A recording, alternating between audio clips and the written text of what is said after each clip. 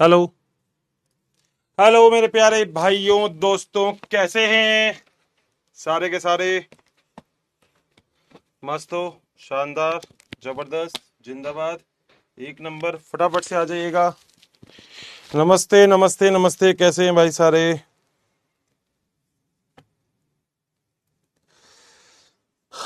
क्या हाल समाचार, कैसे हैं? बढ़िया, जबरदस्त, जिंदाबाद, शानदार। नमस्ते नमस्ते नमस्ते सभी लोगों को। नमस्कार। सभी लोग बिल्कुल मस्त होंगे, जबरदस्त होंगे, शानदार होंगे। जल्दी से आ जाओगा, आ जाओ फटाफट से। नमस्कार नमस्कार नमस्कार, कैसे हैं? नमस्ते भाई, नमस्ते नमस्ते नमस्ते। बहुत बहुत शुक्रिया आप लोगों का इतना प्यार करने के लिए। Thank you so much. Gorilla army, gorilla army तो गोरिल्ला आर्मी है। हर कोई गोरिल्ला आर्मी के सामने टिक नहीं सकता, क्योंकि गोरिल्ला आर्मी पावरफुल है ना? गोरिल्ला आर्मी पावरफुल, सच में कितने पावरफुल हो? फटाफट से दिल का जो बटन है, जो 93 आ रहा है केवल, अभी 2000 कर दो। तुम्हारे लिए तो बहुत छोटी बात है, जल्दी कर दो 2000 इसको। ये तो दिल का बटन है ना, जो 93 आ रहा है, इसको 2000 कर दो जल्दी से। नमस्ते भाई, नमस्ते नमस्ते नमस्ते, कैसे हैं सारे के सारे? बहुत ही अच्छे होंगे, मस्त होंगे। Very good evening, good evening. Result celebration में आप छा गए, अच्छा तुमने देखा था। मगर बेटा एक बात तो तुमसे मेरे को सबसे वो है, रिजल्ट सेलिब्रेशन तुमने देखा, मगर रिजल्ट सेलिब्रेशन के अंदर मैसेज नहीं लिखा कोई भी। हर्षित सर के लिए कुछ मैसेज तो वहां तो लिख देते। नीट हिंदी माध्यम शायद चैनल है, उसके अंदर रिजल्ट सेलिब्रेशन है। मुझे लगा था आप लोगों का मैसेज आएगा, मगर और बच्चों का मैसेज आया, मगर लक्ष्य से मुझे कोई भी मैसेज नहीं मिला। मैंने कहा यार क्या बात है, आप डायग्राम से भी पढ़ा दिया करो। बेटा डायग्राम बनाता तो हूँ, डायग्राम से ही पढ़ाता हूँ, डायग्राम भी बनाता हूँ, थ्योरी भी लिखवाता हूँ। ठीक है। Good evening good evening good evening. सभी लोग बिल्कुल मस्त होंगे, जबरदस्त होंगे ना सारे के सारे? और भी कोई मन में विचार है? Very good evening. आप क्वेश्चन कम करवाते हो बेटा, क्वेश्चन मैं बिल्कुल करवाऊंगा। मैंने पहले भी बोला था, दो बातें मैं बोली थी, अगर आपको याद हो तो। मैंने बोला था एक तो मैं बैटल ग्राउंड करवाने वाला हूं, नहीं हो पा रहा है थोड़ा सा, मगर मेरी तरफ से पूरी तैयारी हो चुकी है। ठीक है, तो बैटल ग्राउंड की बात एक, और आज मैं कुछ क्वेश्चन आपको खुद ही करवाने वाला हूं, बढ़िया तरीके वाले। ठीक है, और अच्छे वाले क्वेश्चन करवाने। देखो मेरी एक बात समझो, अभी मैं पढ़ा रहा हूं और फिर हाथों हाथ क्वेश्चन करवा दूंगा ना, तो वो मजा नहीं आएगा। तुम लोग भी ये कहोगे यार हर्षित सर अभी तो हमको सब कुछ याद है, आपने क्वेश्चन करवा दिए। मजा पता है कब है? मजा तब है जब थोड़ा सा टाइम हो जाए, चैप्टर हुए, और फिर उसके बाद क्वेश्चन आंसर आए, तब मजेदार है। ठीक है, very good evening, good evening sir. Clear sir, all clear sir, बहुत बढ़िया। हेलो सर, आपसे कुछ पूछना था कि ये जो बैच लक्ष्य पर है, इसमें 12th की प्रिपरेशन होती है, नीट के भी? बेटा 12th के साथ साथ जो 12th का सिलेबस है, उसमें कंप्लीट नीट की प्रिपरेशन हो रही है। अपन बहुत डीप चल रहे हैं, ये बात आपने देख ही ली होगी, तो वो बहुत इंपॉर्टेंट है। लव यू दोस्त, बहुत सारा प्यार। तो बस इतनी सी बात है, और भी कुछ कोई कहना चाहता है तो बताओ सर। अपकेंद्रण, अपकेंद्रण क्या है? बेटा अपकेंद्रण एक मशीन होती है जिसे हम सेंट्रीफ्यूज मशीन बोलते हैं। अगर तुझे याद हो तो मैंने अपकेंद्रण मशीन के बारे में बताया था। एक ऐसी मशीन होती है जो मशीन ऐसे ऐसे घूमती है। आप शायद कभी आपके घर के आसपास कोई डेयरी वाला हो ना, तो उसके पास जाके देख सकते हो, उसके पास अपकेंद्रण मशीन है। तो वो क्या काम करती है? आणविक भार के आधार पर चीजों को सेपरेट करने का काम करती है, वो अपकेंद्रण होता है। ऑफलाइन बेटा अब नहीं लेता, पहले लेता था मैं offline. Very good evening. Question hybrid संकरण वाले, हाँ वो सब करवाऊंगा, बेफिक्र रहो। हाइब्रिड वाले भी, रुक जाओ सर। आपके हेयर, थैंक यू भाई, थैंक यू। क्वेश्चन करवाइए, बिल्कुल आज क्वेश्चन करवाते हैं। ठीक है सर, मॉड्यूल से होमवर्क दिया करो। मॉड्यूल से? यार सबके पास मॉड्यूल नहीं है एक्चुअली, तो नहीं तो कहोगे तो मैं मॉड्यूल के क्वेश्चन दे दूंगा। ठीक है सर, मैंने मैसेज किया था आपके लिए, thank you so much. Question बिल्कुल करवाऊंगा बुक से, बिल्कुल। कोड स्केच स्कोप क्यों नहीं दिया? बेटा ये तो मुझे नहीं पता, मगर देना चाहिए था। Thank you so much sir, बहुत दिन बाद मिले हैं, बिल्कुल सही बात है। वालेकुम सलाम, नमस्कार भाई। इनसे फॉलो बैक कर दीजिए। अच्छा इंस्टाग्राम, अरे भैया आपने डांस नहीं किया बेटा, मैंने गाना गाया था थोड़ा सा। Thank you sir, thank you thank you thank you, बहुत बढ़िया बहुत बढ़िया। लगभग सभी लोगों के मैसेज मेरे ख्याल से आ गए हैं, लगभग चालू करते हैं। ठीक है, अब जरा सुन बेटा, देखो दो तीन चीजें पहले मैं आपसे बोल देता हूं, जो मेरे ख्याल से बोलना, समझना, बात करना आपसे बहुत जरूरी है। एक तो पहली बात तो ये कि अगर आप चाहें, और मेरे ख्याल से आप सबको करना चाहिए, ये 13 ईयर की जो नीट की आपकी एक नोटबुक टाइप की है, ये आप चाहें तो बहुत ही बढ़िया बुक है, आप परचेज कर सकते हैं। और मैं तो कह रहा हूं लगभग सबको करना चाहिए। इससे फायदा ये है कि आपके एग्जाम की तैयारी बहुत अच्छी हो जाएगी। इसमें सारे ही पीवाईक्यू मिलेंगे। आज कोशिश करूंगा कि इसमें से ही मैं कुछ पीवाईक्यूज आपको यहाँ पे करवाऊं, कोशिश करूंगा कि इसमें से ही कुछ पीवाईक्यूज जो है ना वो मैं आज आपको यहाँ पे करवाऊं। अध्याय के बेस पे है, तो आप चाहें तो इसको परचेज कर सकते हैं, ऐप वगैरह पे भी आई थिंक इजीली परचेज हो जाएगी। क्लियर है, चल सकते हैं आगे, पक्का आ जाओ। अब बेटा बहुत सारी बातें तो देखो हमने लास्ट क्लास तक करी ली थी, और जो लगभग आप सभी लोगों को पता है कि हम पढ़ने में बिल्कुल बढ़िया हैं, आप पढ़ने में अच्छे हैं, हम पढ़ाने में भी ठीक ठाक हैं, तो बस उससे मजा आ रहा है। लगभग अब चीजें लगभग थोड़ी सी चालू करते हैं, अच्छे से समझते हैं। सारे के सारे बच्चे प्लीज यहीं पे ही अपना आसन ग्रहण कर लेना, और मेरी बात जरा थोड़ी सी ध्यान से सुनना, क्योंकि आज सबसे पहले मैं छोटी सी बात करने वाला हूं रिकैप के बारे में। देखो रिकैप वैसे आप लोगों को इस वाले चैप्टर का बिल्कुल अच्छे से पता है। हमने इस चैप्टर के अंदर सबसे पहले बहुत सारी चीजें पढ़ी थी। हमने आनुवांशिक रूप से डीएनए की संरचना पढ़ी थी, हमने यहां पर डीएनए की संरचना पढ़ी थी। अगर आपको याद हो तो हमने यहां पर आरएनए की संरचना भी पढ़ी थी। हमने डीएनए आरएनए के अलावा कुछ प्रयोग यानी कि अनुप्रयोग पढ़े थे, कुछ एक्सपेरिमेंट थे, जो सारे अनुप्रयोग आपको याद होने चाहिए। जैसे मैंने आपको सबसे पहले ग्रिफिथ का एक्सपेरिमेंट बताया था, उसके बाद मेसेल्सन और स्टाल का एक्सपेरिमेंट बताया था, हर्शी और चेस का भी बताया था, एवेरी मैक्लॉयड और मैकॉर्टी का भी एक्सपेरिमेंट बताया था। ये सारे एक्सपेरिमेंट हमने अनुप्रयोग के अंदर किए थे। उसके बाद हम थोड़ा सा और आगे चले थे, तो हमने पढ़ा था कि डीएनए का जो प्रतिकृतियन होता है वो अर्ध संरक्षी प्रकृति का होता है, यानी कि हम लोगों ने रेप्लिकेशन के बारे में बात की थी। प्रतिकृतियन के बाद हमने टीआरएनए के मतलब हमने 3 प्रकार के आरएनए पढ़े थे। हमने एमआरएनए के बारे में पढ़ा था, हमने टीआरएनए के बारे में पढ़ा था, और हमने आरआरएनए के बारे में पढ़ा था। याद आ गया? लगभग ये सभी चीजें हमने यहाँ पे अच्छे से डिस्कस कर ली थी। आपको याद हो तो हमने एक और टॉपिक पढ़ा था जिसे हमने बोला था अनुलेखन। देखो इस चैप्टर के अंदर आप लेक्चर मत गिनना कि अर्शी सर इतने लेक्चर हो गए और उतने लेक्चर हो गए। मैं लिटरली बोल रहा हूं ये चैप्टर बहुत ही खास है। ये चैप्टर और इसके आगे वाले चैप्टर में अपनी थ्योरी बहुत स्ट्रांग होनी चाहिए, डायग्राम बहुत स्ट्रांग होने चाहिए। और मैंने आपसे एक बात और बोली थी, पूरा जब मैं ये दे दूंगा ना उसके बाद मैं आपको रैंडम क्वेश्चन दूंगा। और मैंने पहले भी देखो, अब पता है आप लोग मेरे से शिकायत करते रहते हो, मैं एक बात तुमसे बोलता हूं। मैंने आप लोगों से एक बात बोली थी ना, शायद आप लोगों को याद हो, मैंने आप लोगों से कहा था कि अगर किसी बच्चे को भी ज्यादा क्वेश्चन करने हैं तो वो टेलीग्राम चैनल ज्वाइन कर सकता है। मैंने हर्षित सर पीडब्ल्यू के नाम से आपको टेलीग्राम चैनल बताया भी था। मैंने कहा था आप चाहें तो वहां पे ज्वाइन कर सकते हैं, वहां पे बहुत सारे क्वेश्चन हैं। पता है दोस्तों एक बात समझना, क्लास में 2 तरीके के बच्चे होते हैं, और ये अगर आपने इस बार नीट का सेलिब्रेशन देखा होगा तो भी आपने सुना होगा। नीट के सेलिब्रेशन में हर किसी बच्चे ने बस एक ही बात बोली कि टीचर जो बोलता है ना उसकी बात सुन लिया करो।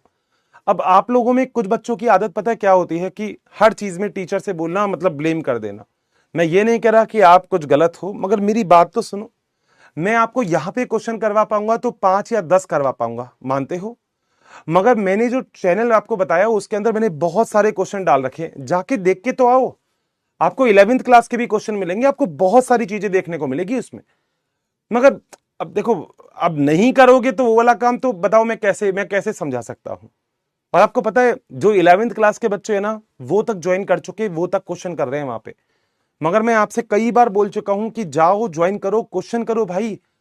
मैंने इतने क्वेश्चन दे रखे हैं, आप देख के तो आओ। आपकी ये जो यहाँ पे कई बच्चे लिखते हैं ना अभी क्वेश्चन करवाओ, ये सारी कंडीशन ही खत्म हो जाएगी। वो कहेंगे अरे हर्षित सर आपने जो पुष्पी पात्र में जनन है उसके कम से कम 200-300 क्वेश्चन दे रखे हैं। मान गए सर, 300 क्वेश्चन वहां पे अलग दे रखे हैं। लेक्चर में 70-80 क्वेश्चन, 300-350 क्वेश्चन कर लोगे आप।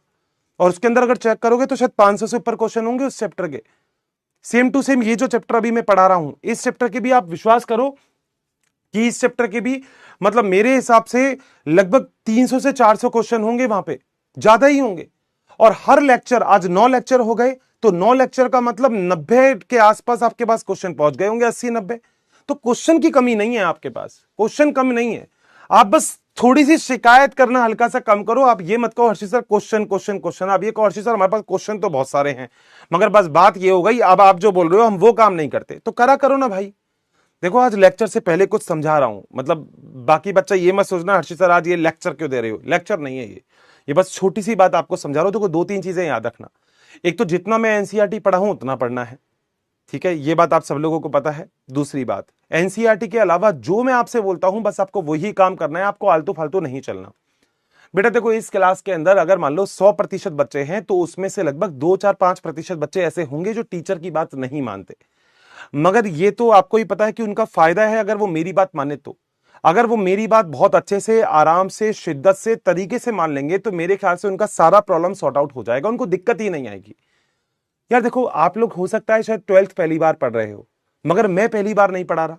आप लोग हो सकता है नीट की तैयारी पहली बार कर रहे हो, सही बात है, मगर मैं पहली बार नहीं करवा रहा। तो आप मेरे तरीके से चलो ना यार, समझ रहे हो मेरी बात? मतलब खोपड़ी में जा रही है ना बेटा, स्मूथली जा रही है ना, बिल्कुल खोपड़ी में। मेरी बात जाने देना अपनी खोपड़ी में और समझने की कोशिश करना। मैं देखो, तुमने देखा है मैं कभी गुस्सा करता हूं तुम पे? नहीं ना। मैं बस तुम्हें समझाने की कोशिश करता हूं, क्योंकि तुम्हारे तरीके से अगर मैं चलूंगा तो हो सकता है तुम्हें अच्छा लगे। हो सकता है, जैसे कई सारे बच्चे कमेंट में पता है क्या कहते हैं, लिटरली तुम देखना कई बार लिखा होता है कि अर्षित सर यार आपने टीआरएन की संरचना बताई, एनसीईआरटी में तो है नहीं। तो बेटा कोई बात नहीं, कम तो नहीं पढ़ा है ना तुझे ज्यादा पढ़ा है ना। तो ज्यादा नहीं होता दोस्त, कॉन्सेप्ट क्लियर करना बोलते हैं उसे। ठीक है, तो बस थोड़ी सी मेरी बात मान लोगे तो मजा आ जाएगा। मानोगे ना, मतलब पक्का मानोगे ना मेरी बात तो, है ना? मेरी बात मान लिया करो बस, ठीक है? मतलब चलूं अब आगे? बताओ, डन है यहां तक? चल सकते हैं आगे को? जल्दी बता दो। बात मान लिया करो मेरी, बस मेरी बात मानते रहो, धीरे धीरे आगे चलते रहेंगे, पता भी नहीं लगेगा कि कब सिलेबस हो जाएगा। सच बता रहा हूं।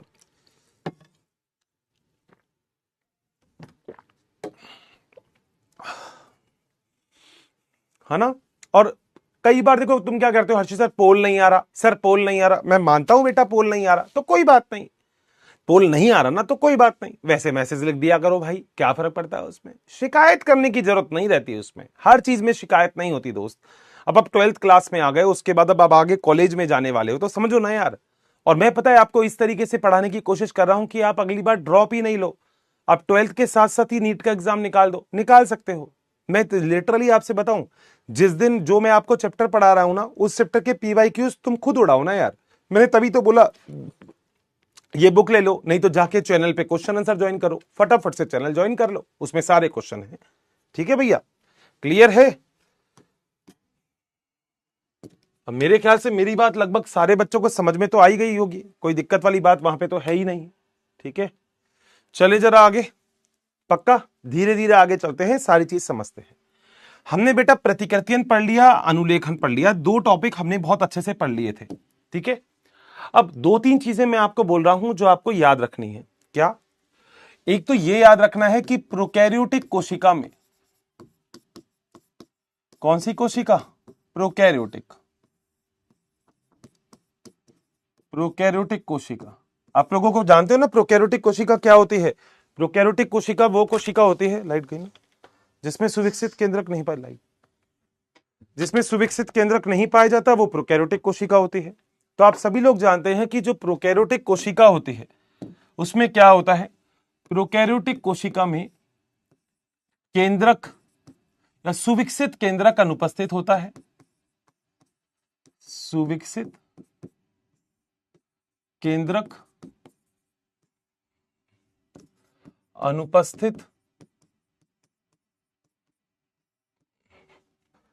अनुपस्थित होता है। अतः तीन प्रकार की चीजें थी ना, कौन कौन सी? प्रतिकृतियन था, प्रतिकृतियन, अनुलेखन और अनुवादन। ये तीनों की तीनों जो चीजें हैं कोशिका द्रव्य में होते हैं, कोशिका द्रव्य में। बोल, क्या पॉइंट क्लियर है? मेरे पॉइंट ध्यान से सुन लिया करो, क्योंकि ये चीज तो आपको पता है कि प्रोकैरियोटिक कोशिका में सुविकसित केंद्रक पाया ही नहीं जाता, तो सारी की सारी चीजें कोशिका द्रव्य में होती है। बोलो बात सही है? 100% पहली बात क्लियर हो गई। दूसरी बात सुनो बेटा, प्रोकैरियोटिक कोशिका में एक और काम होता है। क्या? अगर आपको याद है, देखो क्लास 12th आप पढ़ के आए हो, 11th, और अगर नहीं भी याद है तो कोई बात नहीं, मेरी बात सुनना। अगर आप कभी भी प्रोकैरियोटिक कोशिका की बात करोगे तो उसमें अनुलेखन और अनुवादन दोनों एक साथ ही होने वाली अभिक्रिया है। आपने एक संरचना पढ़ी होगी, पॉलीजोम या पॉलीराइबोसोम। नहीं सुना तो कोई बात नहीं, मैं यहां पे पॉइंट लिख रहा हूं, मेरा पॉइंट जरा ध्यान से देखना। इनमें अनुलेखन व अनुवादन, इनमें अनुलेखन और अनुवादन है। मैं दिया है तो लाइट गई। इसमें अनुलेखन और अनुवादन, अनुलेखन और अनुवादन एक साथ होने वाली अभिक्रिया है।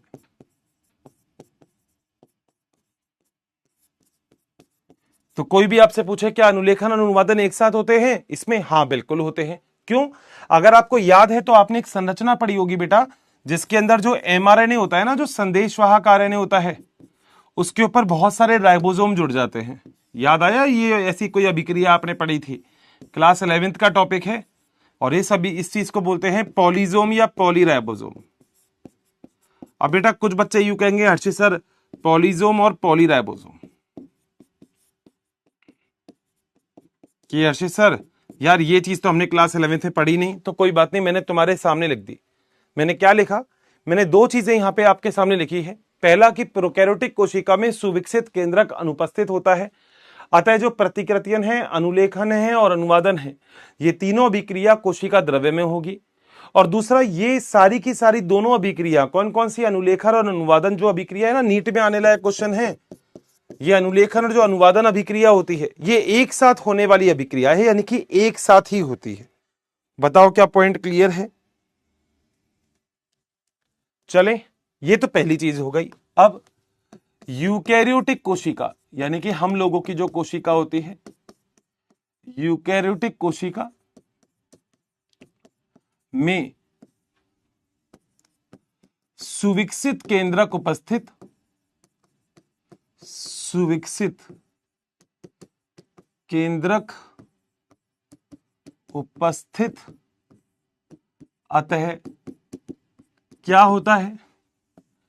अतः तीन अभिक्रिया थी, कौन कौन सी सर? पहला था प्रतिकृतियन, सर दूसरा था अनुलेखन, और सर तीसरा था अनुवादन। तो दो चीजें आपको याद रखनी है, ये दोनों की दोनों ऊपर वाली तो होगी केंद्रक द्रव्य में, और जो नीचे वाला है ये होगा कोशिका द्रव्य में।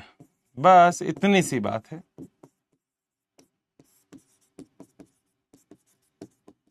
बोलो बात सही है? रटने का बेटा कुछ भी नहीं है, यहां रटोगे तो बेटा दिक्कत है, रटने का कुछ भी नहीं है। बोलो क्या यहां तक पॉइंट क्लियर है क्या? पक्का? कोई भी दिक्कत नहीं? अब मेरी बात सुनते रहना बस, क्योंकि मेरी बात अगर सुनते रहोगे तो कॉन्सेप्ट क्लियर करने में तुमको आसानी रहेगी। मेरी बात अगर सुनोगे तो, नहीं सुनोगे तो बहुत मुश्किल रहेगी, इसलिए मेरी बात सुनते रहना। मैं क्या बोल रहा हूं बेटा, यूकैरियोटिक कोशिका में एक्चुअली क्या होता है, जब सबसे पहले डीएनए होता है। हाँ जी सर, तो डीएनए से बनता है डीएनए सर, ठीक है। इस डीएनए से बनता है आरएनए सर, बहुत बढ़िया बात है। ये वाली बात तो मैंने आपको बताई थी। हाँ, तो यहां पर ये मैं बता रहा हूं यूकैरियोटिक कोशिका में, यूकैरियोटिक में, यूकैरियोटिक कोशिका, अगर यूकैरियोटिक कोशिका के बारे में कोई पूछे तो उसके बारे में बात कर रहा हूं मैं, ठीक है। डीएनए से डीएनए बनाते हो तो इसे तो हम बोलते हैं प्रतिकृतियन सर, सही बात है। अब डीएनए से जो आरएनए बनेगा इसे हम बोलते हैं अनुलेखन। बोलो पूरा प्रोसेस पढ़ लिए अपन? हाँ सर, पूरा प्रोसेस पढ़ लिए। और हम लोगों को पता है ये दोनों ही अभिक्रिया कहां होगी, ये दोनों ही अभिक्रिया होगी केंद्रक में, केंद्रक द्रव्य में। बोलो डन है ये वाली बात? अब जरा ध्यान से सुनना बेटा, डीएनए से जो आरएनए बनता है ना, ये आरएनए को हम आरएनए नहीं बोलते यूकैरियोटिक में, हम इसका एक नाम रख देते हैं जिसे हम बोलते हैं एचएनआरएनए। सर ये क्या है बताता हूं। एचएनआरएनए का पूरा नाम है हेट्रोजिनस, हेटेरोजिनस या heterogeneous nuclear RNA, nuclear RNA. Sir आखिर ये होता क्या है हेटेरोजिनस न्यूक्लियर आरएनए? बताता हूं बेटा। हम लोग ऐसा मानते हैं, जैसे मान लो मैं आज आपको पढ़ा रहा हूं, अब पढ़ाते पढ़ाते मैंने तुमसे कोई भी एक बात कर ली, जैसे सपोज करो मैंने पता नहीं तुम्हें कभी कोई गाना सुनाया नहीं सुनाया, मगर वैसे पुराने बच्चों को तो मैंने सुनाया हुआ है, इसलिए मैं बता देता हूं। जैसे मैंने तुमसे कहा, मैंने कहा कहो ना कहो ये आंखें बोलती हैं ओ सनम ओ सनम, आप कहोगे वाह हर्षित सर ये तो हमें सबको समझ में आ रहा है, बहुत बढ़िया। मगर इसी गाने के बीच में बेटा एक छोटी सी लाइन है कि तमल्लिमा विला लैब में न बन बेनी अर्दियवा, तमल्लिमा तमल्लिम वाले ऊपर व्यू वला बंजा, तमल्लिमा इश्क लावे का बहुया। सुना है क्या? तमल्लिला बीवी मक्तैला इलयोनय दिन दहला विला वो अलद दुलनी तू लब मना मानी विमक्तै इल्लही तू ही जीने का। बहुत बढ़िया अर्चित सर, आपने क्या याद किया है बेटा, मगर ये याद किया है तुम्हें समझाने के लिए। क्या समझाना चाहता हूं? कवि इस पूरी लाइन से ये समझाना चाहता है कि कहो ना कहो। वाह, तुम कहोगे अर्चित सर ये बात तो हम आपकी समझ चुके, मगर तुम में से किसी को भी तमल्ली तमल्ली समझ में नहीं आया होगा। सर एक मिनट रुकना, क्या कहना चाह रहे हो? बता रहा हूं मैं तुमसे बोल रहा हूं, आज मैंने तुमसे बहुत सारी बातें की, अभी जैसे मैं बात कर रहा हूं, मगर बात करते करते मैंने ऐसे मैंने बोल दिया, क्या तुम्हें बीच में जो मैंने बोला तुम्हें समझ में आया? नहीं। मगर मैं जो बोल रहा हूं वो भी बोल रहा हूं, फालतू की चीज भी बोल रहा हूं, इसका मतलब दोनों चीजें मेरे पास है। इसी को ही हेट्रोजेनस न्यूक्लियर आरएनए बोलते हैं। यानी कि बेटा एक ऐसा आरएनए, ध्यान से सुनना, एक ऐसा आरएनए जिसमें कुछ ऐसी चीजें भी है जो काम की नहीं है और कुछ ऐसी चीजें भी है जो काम की है। तो एक ऐसा आरएनए जिसमें कुछ ऐसी चीजें भी है जो काम की नहीं है और कुछ ऐसी चीजें भी है जो काम की है। अब जो बायोलॉजी में काम की चीजें होती है ना, यानी कि उनसे प्रोटीन बनेगा, क्योंकि आपको पता है अनुलेखन के बाद आगे हम अनुवादन के द्वारा प्रोटीन ही बनाएंगे। तो बेटा जिनके अंदर काम की इंफॉर्मेशन होती है उन्हें बायोलॉजी में कहा जाता है एक्सॉन। क्या है सर? एक्सॉन है। आ जाओ बेटा, कॉन्सेप्ट बिल्ड कर रहा हूं तो कॉन्सेप्ट समझने की कोशिश करना। मैं बोल रहा हूं एक्सॉन क्या होता है। एक्सॉन बेटा, एक्सॉन आरएनए का वो खंड होता है जिसके अंदर प्रोटीन बनाने की सूचना होती है। आरएनए का खंड, आरएनए का वह खंड जिसमें प्रोटीन बनाने की सूचना हो। बोलो बात सही। मगर बीच में तमल्ली तमल्ली भी बोला, यानी कि एक ऐसी भी चीज मैंने बताई जिसका नाम है इंट्रॉन। इंट्रॉन का मतलब होता है बेटा आरएनए का वह खंड जिसके अंदर प्रोटीन बनाने की सूचना है ही नहीं, ये बेकार की चीज है। ठीक है, तो ये क्या है? ये है इंट्रॉन। इंट्रॉन होता है जिसमें प्रोटीन बनाने की सूचना नहीं होती। सीधा ही लिख दूं, सूचना नहीं। प्रोटीन निर्माण की सूचना जिसके पास नहीं होगी वो इंट्रॉन है, जिनके पास है वो एक्सॉन है। तो यही जो आरएनए होता है इसी को ही हम क्या बोलते हैं? एचएनआरएनए। सर अब हम आपकी बात समझ गए। अब बेटा मुझे एक चीज बताओ, तुम्हारे काम की चीज क्या है? मैं तुमसे अभी जैसे बात कर रहा हूं और तुम्हें समझा रहा हूं, ये तुम्हारे काम की चीज है या तमल्ली तमल्ली तुम्हारे काम की चीज है? सर जो आप समझा रहे हो ये हमारे काम का है। ठीक है, तो इसका सीधा सा मतलब है कि तुम्हें ये इंट्रॉन हटाने पड़ेंगे। हाँ सर ये बात तो सही है। तो आ जाओ बेटा, यहां पे एक अभिक्रिया हम रखते हैं जिसे हम बोलते हैं आरएनए स्प्लाइसिंग।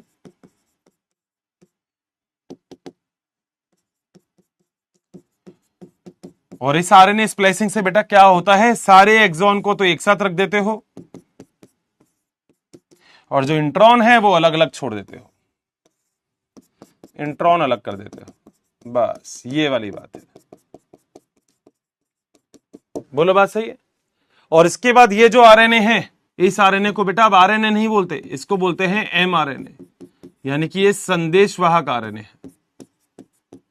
संदेशवाहक आरएनए। और इससे बेटा फिर फाइनली क्या बनता है? आगे बनता है प्रोटीन। और अभिक्रिया कौन सी होती है? अभिक्रिया का नाम है अनुवादन। बताओ बेटा पॉइंट क्लियर है क्या? ये चीजें मगर केवल एक यूकैरियोटिक कोशिका में होती है बेटा, प्रोकैरियोटिक कोशिका में नहीं होती स्प्लाइसिंग, केवल यूकैरियोटिक कोशिका में। तमल्ली तमल्ली केवल यूकैरियोटिक कोशिका में होगी, प्रोकैरियोटिक में नहीं होती। प्रोकैरियोटिक वाले कोई तमल्ली तमल्ली नहीं खेलते, वो तो आसानी से चलते रहते हैं, सिंपल चलते हैं।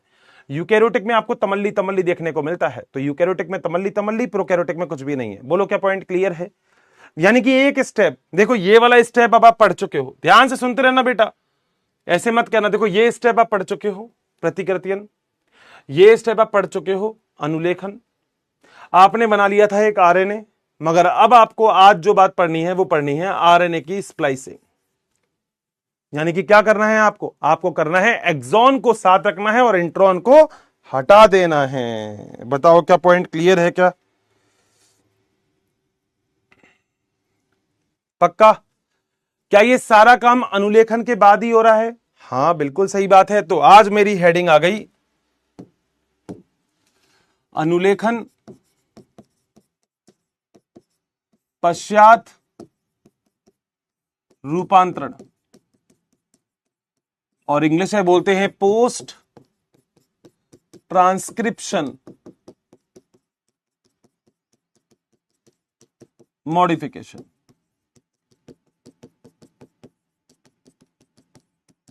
बोलो बात सही है क्या? यानी कि हर्षित सर आप क्या करने वाले हो? मैं बताता हूं मैं क्या करने वाला हूं। मैं बस इतना सा काम करने वाला हूं कि जो मेरे पास एचएनआरएनए था, एचएनआरएनए, हाँ जिसमें तमल्ली तमल्ली सब था, उसको बस मे को केवल बदलना है। सर किसमें बदलना है? एमआरएनए में, संदेशवाहक आरएनए में। बोलो बात सही है? क्यों बदलना है? क्योंकि बेटा जो एचएनआरएनए होता है इसमें एक्सॉन भी होता है, इसमें इंट्रॉन भी होता है, दोनों मिलते हैं, और ये कम स्थायी होता है क्योंकि फालतू की चीजें ज्यादा है। मगर आप क्या करवाओगे? आप करवाओगे स्प्लाइसिंग, और स्प्लाइसिंग से क्या होगा? स्प्लाइसिंग का मतलब आपको केवल क्या रखना है? एक्सॉन रखना है, इंट्रॉन नहीं रखना, और अधिक स्थायी है।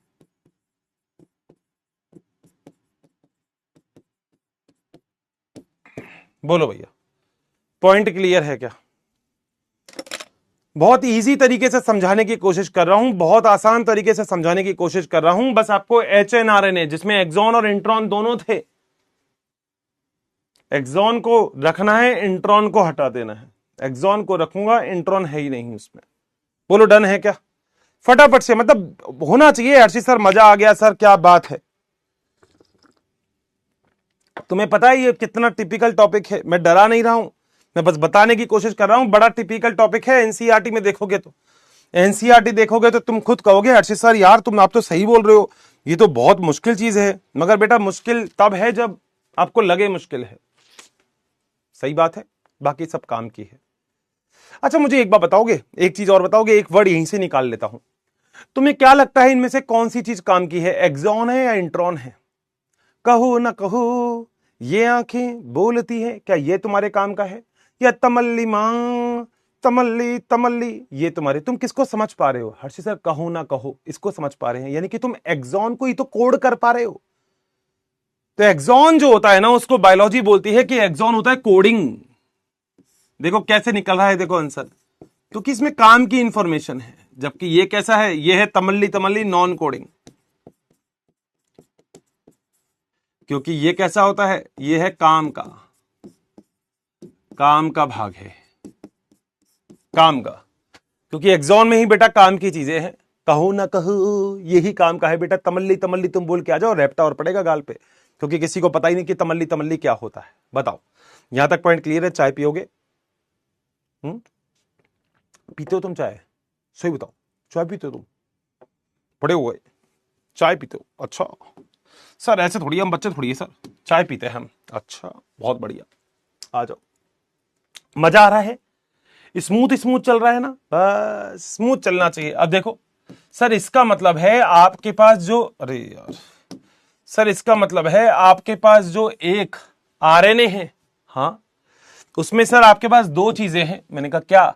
आपके पास सर एक्सॉन भी है, आपके पास सर एक्सॉन भी है, आपके पास सर एक्सॉन भी है, आपके पास एक्सॉन भी है। अब गिनना मत सर, वहां तीन थे यहां चार क्यों बना दिए, उससे कोई फर्क नहीं पड़ रहा। और आपके पास बेटा इंट्रॉन भी है। आपके पास क्या है? इंट्रॉन। तो दोनों चीजें हैं आपके पास एक्सॉन भी है और आपके पास इंट्रॉन भी है, दोनों चीजें हैं आपके पास। बोलो बात सही है? यहां तक बताओ क्लियर? आप क्या कहते हो कि ये आरएनए है या ये एचएनआरएनए है या एमआरएनए है? सर ये तो एचएनआरएनए है सर। मैंने कहा क्यों सर? इसमें दोनों चीजें हैं ना सर। तो ये तो एचएनआरएनए है, हेट्रोजेनस न्यूक्लियर आरएनए। हेट्रो मतलब अलग अलग है इसमें, होमो मतलब सारे एक्सॉन होने चाहिए थे। बताओ क्या पॉइंट क्लियर है? चलें आगे। सभी लोग ये चीज जानते हो कि जो एक्सॉन होंगे ये कोडिंग होंगे,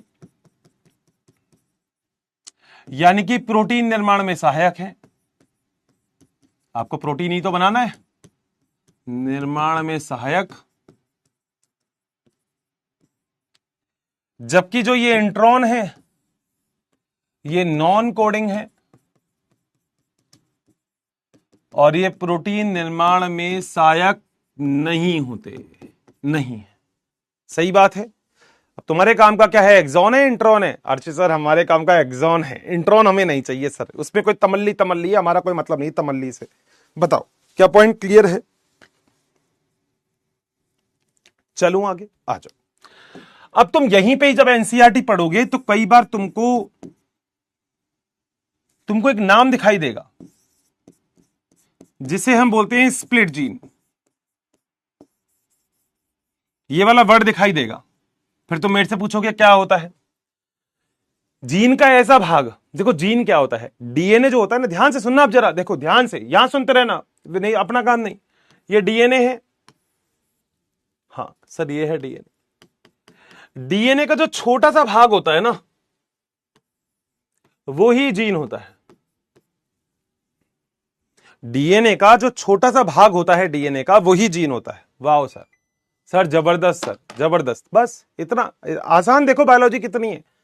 डीएनए का छोटा सा भाग ही जीन है सर, बहुत बढ़िया। तो सर ये स्प्लिट जीन क्या है मैं बताता हूं। स्प्लिट जीन का मतलब वह जीन जिसमें कोडिंग व नॉन कोडिंग, यानी कि एक्सॉन और इंट्रॉन, नॉन कोडिंग भाग उपस्थित होते हैं।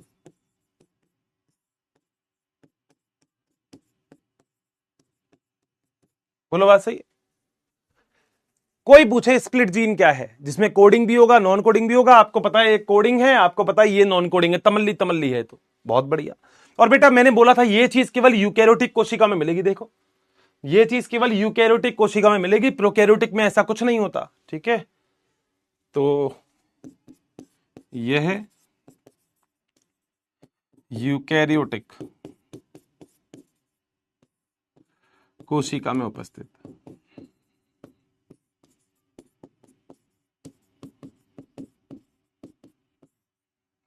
डन है क्या? देखो मैं मतलब ज्यादा बड़ी बड़ी बातें तो करता नहीं हूं, मगर एक छोटी बात तुमसे करूं। जिस दिन नीट का एग्जाम होगा ना उस दिन बॉटनी खुद देख लेना कि बॉटनी तुम्हारी कितनी स्ट्रांग है। मैं लिटरली आपको बता देता हूं, बॉटनी सच में बहुत टिपिकल है। आपको नहीं पता तो आप अपने सीनियर से पूछ सकते हैं, या आप कहीं पे भी गूगल चेक कर सकते हैं बॉटनी और जूलॉजी में से ज्यादा टिपिकल कौन सा बोला जाता है। नो डाउट जूलॉजी भी अपने आप में टिपिकल है, मगर जूलॉजी पढ़ने में मजा आता है क्योंकि उसमें आपके खुद के बारे में है। मगर बॉटनी बेटा कोई भी इतनी आसानी से नहीं पढ़ता। क्यों? क्योंकि बॉटनी में बहुत टिपिकल चीजें हैं, ये देख रहे हो आप। मगर मैं लिटरली आपसे बोल रहा हूं, आपने लगभग 50% चैप्टर कंप्लीट कर दिया। क्या आपको कहीं कोई दिक्कत आई बेटा? मगर देखो मेरे साथ साथ पढ़ना तो पड़ेगा। ऐसा बिल्कुल भी नहीं है कि मैं पढ़ा रहा हूं तो नहीं पढ़ रही हो और फिर तुम यूं कह रहे हो अर्षित सर नई समस्या आ रही है। तो बेटा पढ़ना तो देखो पड़ेगा, नहीं पढ़ोगे तो फिर दिक्कत है ना। तो मेरे साथ साथ बेटा पढ़ना तो देखो चालू रखो, वो तो बहुत जरूरी चीज है। मेरे साथ पढ़ोगे तो कहीं कोई दिक्कत नहीं आएगी। अब फॉर एन एग्जाम्पल बता रहा हूं, जो बच्चा आज के लेक्चर में मान लो नहीं आया होगा, ठीक है, उसके पास और भी बहुत काम होंगे, करोड़ों अरबों की डील हो रही होगी। जो बच्चा आज के लेक्चर में नहीं आएगा ना बेटा, वो बच्चा जब कभी भी अब पढ़ेगा ये टॉपिक और लेक्चर नहीं देखेगा, उसको नहीं समझ में आएगा। मैं ये नहीं कह रहा कि मुझसे अच्छा कोई नहीं पढ़ाता, बहुत लोग हैं मुझसे अच्छा पढ़ाने वाले, बहुत सारे हैं। मगर मैं एक बात तुमसे बोल रहा हूं, मेरे जैसा कोई नहीं मिलेगा आपको, तमल्ली तमल्ली गा के कोई नहीं सुनाएगा। कॉन्सेप्ट मैं क्लियर कर रहा हूं आपको। मैं आज आपसे जो भी बात कर रहा हूं और बीच में तुमको पता है अब एक्सॉन और इंट्रॉन क्या है। जो कोडिंग है, जिसको तुम समझ पा रहे हो, कोड कर पा रहे हो, समझ पा रहे हो, वो एक्सॉन है, बाकी सारे इंट्रॉन है। बोलो क्या पॉइंट क्लियर है? चलो, कोई दिक्कत? सर मजा आ गया सर, कॉन्सेप्ट क्लियर कर दिया आज आपने। अब आ जाओ असली टॉपिक पढ़े। सर कौन सा? स्प्लाइसिंग। वो तो पढ़ना है भाई, यही तो टॉपिक पढ़ने के लिए आज हम इकट्ठे हुए हैं, यही स्प्लाइसिंग। और आपको पता है आरएनए स्प्लाइसिंग क्या होती है? आरएनए स्प्लाइसिंग का मतलब है क्या? जो एचएनआरएनए है जिसमें एक्सॉन और इंट्रॉन दोनों हैं, अब केवल आपको एमआरएनए बनाना है जिसमें केवल एक्सॉन रखने हैं, इंट्रॉन रखने ही नहीं है। तुम्हारे काम का ही नहीं है इंट्रॉन, तो हटा दो बेटा। बेटा रेल की पटरी देखी होगी, बीच में से रेल की पटरी अगर टूटी होगी ना तो रेल यूं नहीं है, ऐसे जाके कूद के जाएगी फिर आगे, तो आपको जोड़नी पड़ेगी। तो बस सेम टू सेम काम हम यहां पे भी करेंगे। आओ जरा चलते हैं और टॉपिक का नाम डाल देते हैं, जिसका नाम है आरएनए स्प्लाइसिंग।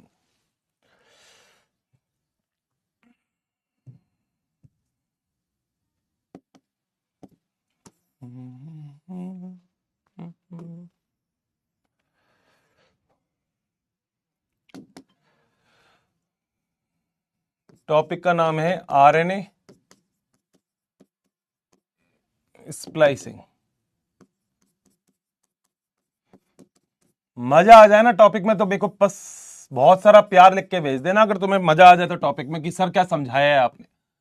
मगर समझ लेना बेटा, है ना, बातें बातें मत करते रहना, मेरी बात समझते रहना बस। चलो सर चालू करो आरएनए स्प्लाइसिंग। ठीक है बेटा, ये बेटा आपके पास एक एमआरएनए है। सर बहुत बढ़िया। आपको पता है एमआरएनए में एक 5' होता है और एक 3' होता है। हाँ सर ये तो होगा ही होगा सर, डीएनए होगा, आरएनए होगा, ये तो होगा ही होगा, ठीक बात है। अब देखो जरा ध्यान से देखते रहना बेटा मैं क्या कर रहा हूं, क्योंकि तुमने ध्यान से देखा तो मेरा कॉन्सेप्ट क्लियर कर दूंगा मैं। ठीक है सर, बताओ सर क्या कहने वाले हो, आ जाओ। सबसे पहला काम क्या होता है बेटा? ये है वो आरएनए। अरे यार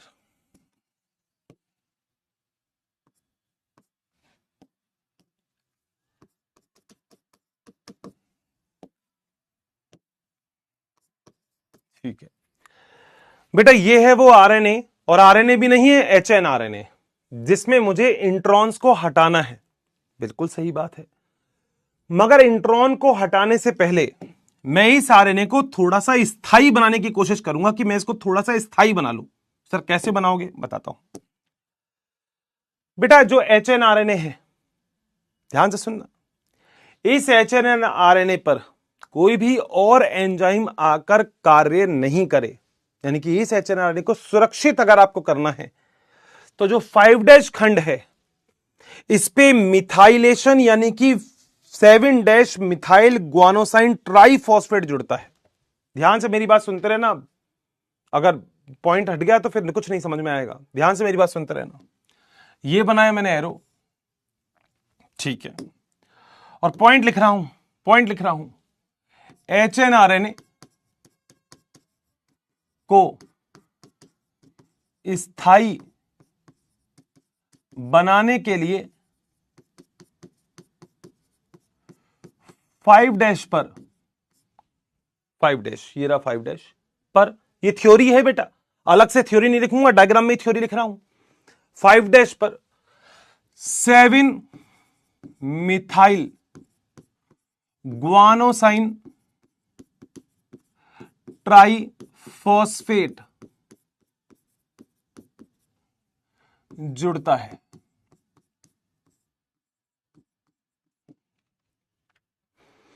मेरी क्लास में कोई नहीं पूछेगा कि क्यों जुड़ता है, मैंने लिख दिया आरएनए एचएनआरएनए को स्थायी बनाने के लिए। स्थायी मतलब भैया उसको कोई दिक्कत नहीं हो। ठीक है भैया, बहुत बढ़िया सर, बहुत ही बढ़िया आपने काम कर दिया। तो कैसे करना है? ये जो 5' खंड है इस पे बेटा यहां पे 7 मिथाइल ग्वानोसाइन जोड़ दो। चलो सर हो गया काम। बोलो क्या पहला काम हो गया? क्या मेरी क्लास में पहला काम सब लोग कर चुके? एमआरएनए पर टेल लगा दी, टेल का मतलब पूंछ लगा दी 7 मिथाइल ग्वानोसाइन की पूंछ लगाना, 5 डैश पर, बोलो, नहीं 5 डैश पे पूछ थोड़ी, 5 डैश पे 7 मिथाइल ग्वानोसाइन लगाना, 5 डैश पर 7 मिथाइल ग्वानोसाइन, ठीक है, ये लगा दिया। बताओ क्या पहला काम हो गया? कोई दिक्कत आई किसी को अभी तक? नहीं सर मजा आ गया ये वाले काम में। अब बेटा अब मतलब वापस से मेरे को डायग्राम बनाना नहीं पड़ेगा, तो कॉपी कर लेता हूं। अरे यार पूरी कॉपी होगी क्या? चलो नहीं पूरी नहीं है, अपना काम हो गया। ठीक है, पहला काम हो गया बेटा, 5 डैश वाला काम तो हो गया। मगर बेटा यहां से सुरक्षा दे दी तो दूसरी साइड से भी सुरक्षा देनी पड़ेगी। अब मेरे को क्या करना है, यहां पे काम करना है work number B. Work number B क्या है मेरे पास कि जो 3 डैश खंड है इस पे 200 से 300 एडिनिन को लगाना, HNRNA के 3 डैश खंड पर 200 से 300 एडिनिन लगाना। बोलो बात सही? यानी कि पूंछ लगाना, एडिनिन की पूंछ, एक ही पूंछ लगाना। लगाऊं? देखो अब बेटा 200 से 300 तो दे देखो मैं लिखूंगा नहीं, तो मैं बेटा यहां पे बस ऐसे लिख देता हूं, तुम क्लियर हो जाना। ये adenine adenine adenine adenine adenine adenine adenine लगा दिया, डॉट डॉट डॉट डॉट कर दिया, 3 डैश कर दिया। अब 200 से 300 तो मैं लिखूंगा नहीं यहां पे। बोलो क्या यहां तक पॉइंट क्लियर है क्या? कोई दिक्कत है? पक्का? यानी कि सबसे पहले हमने काम कर दिया, 5 डैश पे कैप लगा दी, जिसे हम कैपिंग अभिक्रिया भी कहते हैं। तो ये जो है ना, इसे हम कैपिंग अभिक्रिया भी कहते हैं, कैपिंग। और 3 डैश पर एडिनिन लगा दिया, यानी कि हमने टेल यानी कि पूंछ लगा दिया, तो टेलिंग अभिक्रिया भी कहते हैं, पूंछ लगाना, टेलिंग। बोलो बात सही? कैपिंग भी हो गई और टेलिंग भी हो गई। सर जबरदस्त, क्या बात है। डायग्राम से मैं पहले बोला था, मैं डायग्राम से ही क्लियर कर दूंगा, तुम्हें कोई दिक्कत आएगी ही नहीं। तुम खुद ये कहोगे अर्शित सर आपने डायग्राम से थ्योरी खत्म कर दी है। अब देखो बुराई करने वाले तो बेटा बुराई करते ही रहते हैं, उनका तो बेटा मैं कैसे ही उनको बचा सकता हूं, मगर बाकी सब तो कहेंगे अर्शित सर मजा आ गया, आपने क्या बात करी है। चलें अब यहां तक 2 पॉइंट क्लियर हैं क्या? पहले 5 डैश पे मिथाइलेटेड ग्वानोसाइन लगा दिया और 3 डैश पे पॉली ए टेल लगा दी। सही है। अब बेटा क्या होने वाला है? अब तीसरी अभिक्रिया होने वाली है जो है सी, जिस अभिक्रिया को हम बोलते हैं स्प्लाइसिंग की अभिक्रिया, स्प्लाइसिंग।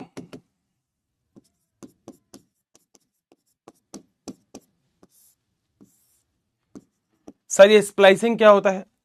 एक एंजाइम होते हैं जिसे हम बोलते हैं स्प्लाइसोसोम एंजाइम। कौन सा कलर लूं? ग्रीन ले लूं क्या? तो यहां पे स्प्लाइसिंग अभिक्रिया होगी,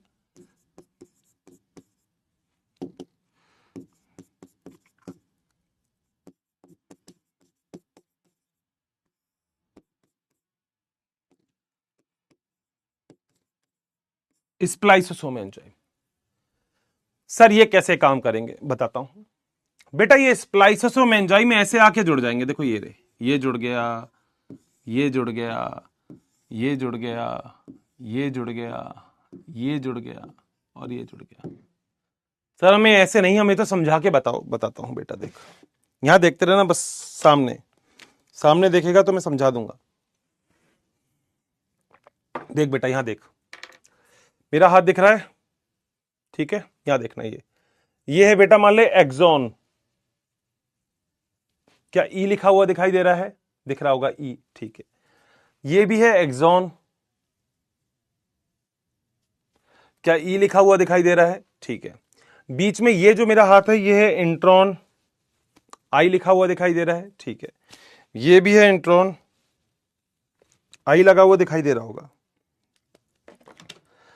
अब ये मैंने बना दिया, ये है मेरे पास एक आरएनए, HNRNA, जिसमें एक्सॉन भी है, बीच में इंट्रॉन भी है और एक्सॉन भी है। सही बात है। तो अब क्या काम होगा बेटा, स्प्लाइसोसोम जुड़ जाएंगे यहां पर और यहां पर, और जुड़ने के बाद इस HNRNA को ऐसा जोड़ देंगे, देखो ऐसे ऐसे ऐसे, देखो देखो देखो, ये देखो ये जोड़ दिया। अब अगर आप ध्यान से देखोगे तो ये क्या था, एक्सॉन, ये भी क्या था, एक्सॉन, ये दोनों एक्सॉन देखो बीच में से जुड़ गए हैं, और इंट्रॉन ये जो ऊपर बच गया ये अलग हट जाता है। तो स्प्लाइसोसोम का जो असली काम है दोस्तों वो होता ही यही है। सर मतलब देखो जरा सामने देखना बेटा, देखो देखोगे तो मैं समझा पाऊंगा सब कुछ बहुत बढ़िया तरीके से, सामने देखना, मगर सामने देखना बस, है ना। देखो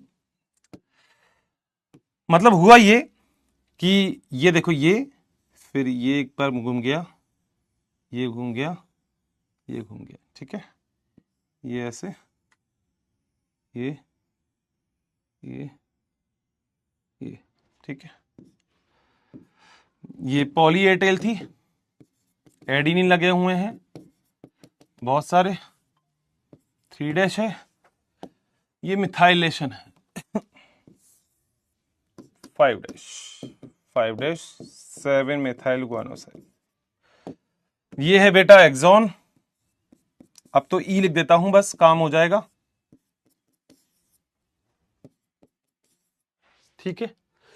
ऊपर जो निकाल दिए ये लग रहे हैं वही स्प्लाइसोसोम एंजाइम, और बेटा ये है इंट्रॉन।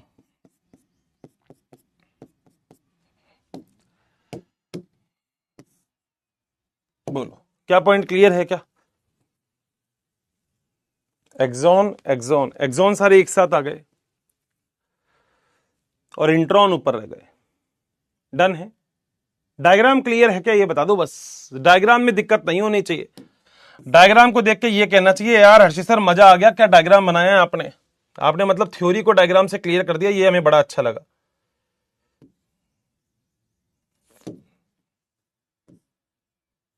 बोलो बात सही होगा क्या? अब ये होगा बेटा, जो स्प्लाइसोसोम एंजाइम होंगे ये काट देंगे, इसको इंट्रॉन को काट देंगे, इंट्रॉन अलग हट जाएगा। लो बेटा देखो सामने देखते रहना बस। तो सबसे पहले तो ये एक्सॉन रह गया, सबसे पहले तो ये रह गया जिसमें यहां पे पॉली ए टेल जुड़ी हुई है 3', यहां पे मिथाइलेशन है 7 मिथाइल गुआनोसाइन 5', और ये सारा का सारा एक्सॉन ही है। अब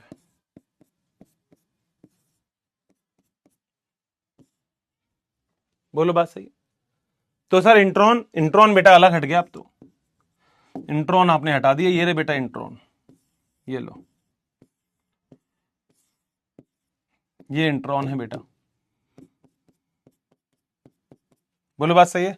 और साथ साथ बेटा ये भी निकल गया, जो एंजाइम थे ये भी अलग हो गए सारे एंजाइम। अब ये जो आपके पास आरएनए आए हैं, क्या इसमें सारे के सारे एक्सॉन ही है? हाँ, तो इस आरएनए को क्या मैं एमआरएनए बोल सकता हूं? यही है बेटा एमआरएनए, जिसे मैसेंजर आरएनए या संदेशवाहक आरएनए बोलते हैं।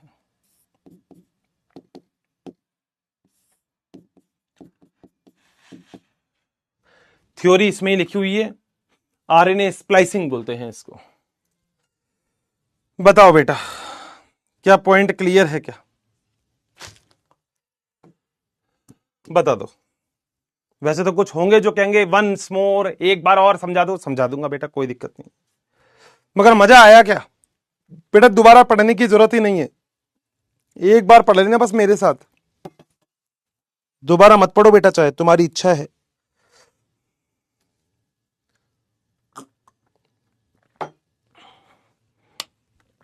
मेरे साथ एक बार पढ़ लोगे तो दोबारा कभी पढ़ने की जरूरत नहीं पड़ेगी। डाउट भी देख लेता हूं बेटा, बोर्ड में ये भी पूछेगा बेटा, ऐसे क्यों बोलते हो बोर्ड में पूछेगा? देख बेटा तेरी एनसीईआरटी में, मैं बाहर से थोड़ी पढ़ा रहा हूं बेटा, जो बोर्ड में नहीं पूछेगा। ये देख, ये देख, ये बना रखा, देख तेरी एनसीईआरटी ने इंट्रॉन एक्सॉन, तो क्यों नहीं पूछेगा बेटा बोर्ड के अंदर?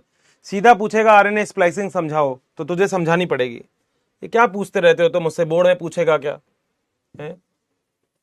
ऐसे डाउट पूछोगे क्या? सर रिवाइज कैसे करें प्लीज बता दो, रिवाइज कैसे करें?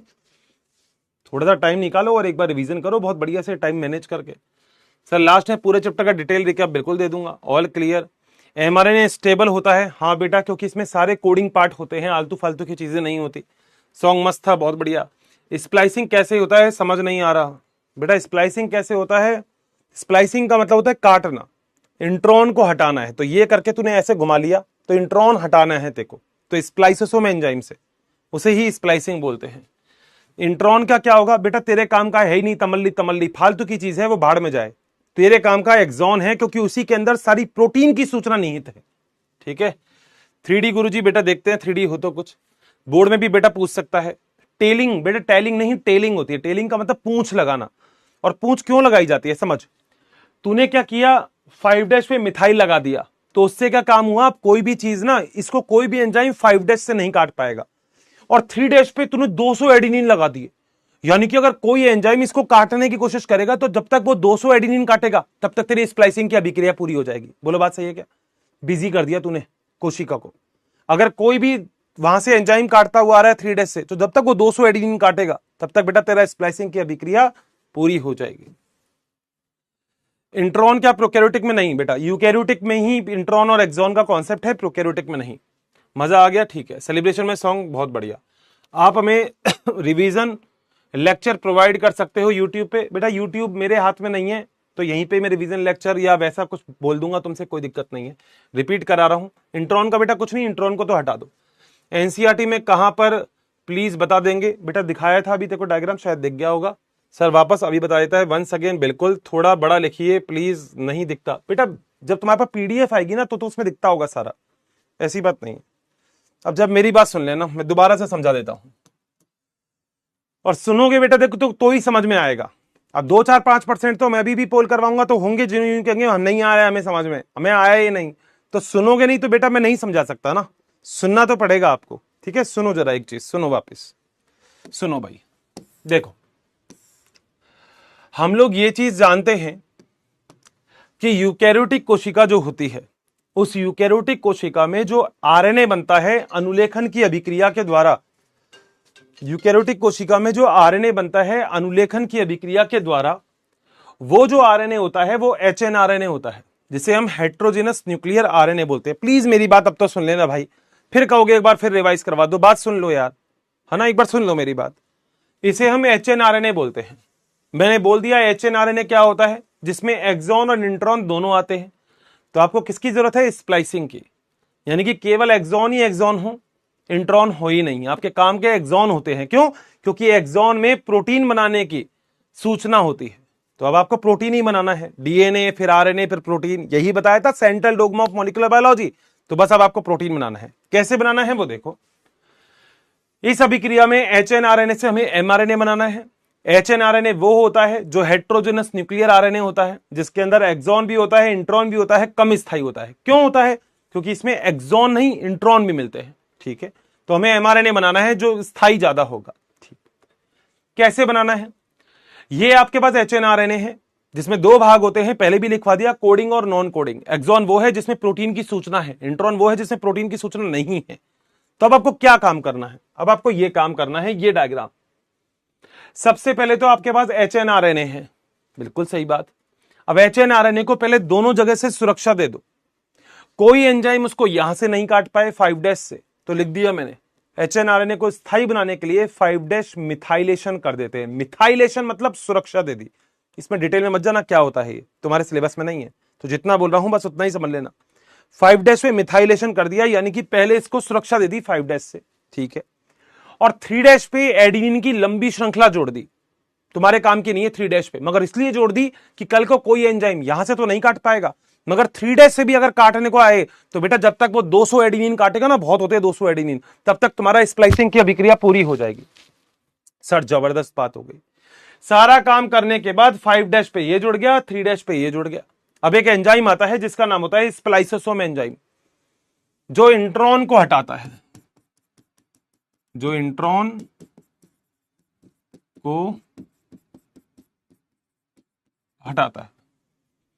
अब कैसे करेंगे? ये देखो लग गया एंजाइम। एंजाइम लगने के बाद ऐसे घूम जाएगा, ये देखो घूम गया।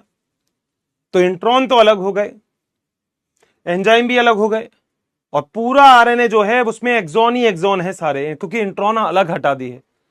अब जो पहले आरएनए था जिसमें इंट्रॉन और एक्सॉन दोनों थे, उसे बोलते थे एचएनआरएनए। देखो लिखा हुआ है एचएनआरएनए, यह भी लिखा हुआ है एचएनआरएनए, जिसमें एक्सॉन और इंट्रॉन दोनों है। मगर जिसमें केवल एक्सॉन है उसे एमआरएनए बोलते हैं। केवल एक्सॉन है, एमआरएनए। बताओ अब क्या डन है, क्या ओके है, कोई दिक्कत है तो बता दो।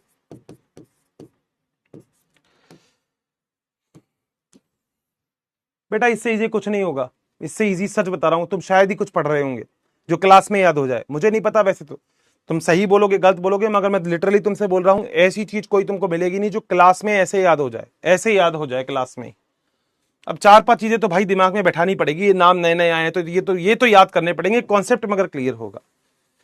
बताओ क्या पता ले आया मैं, बोलो डन है, क्लियर।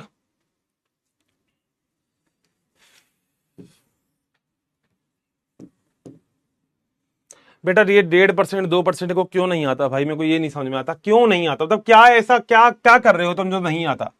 सर टेलीग्राम कैसे ज्वाइन करें बेटा, जैसे ज्वाइन करते हैं। 13 ईयर का PYQ की रेट क्या है बेटा, मुझे रेट नहीं पता, मगर ये ऐप पे चेक कर लेना। सर प्लीज लिखने का टाइम दो बेटा, मैंने पहले भी बोल दिया पूरे हफ्ते में 2 क्लास आती है।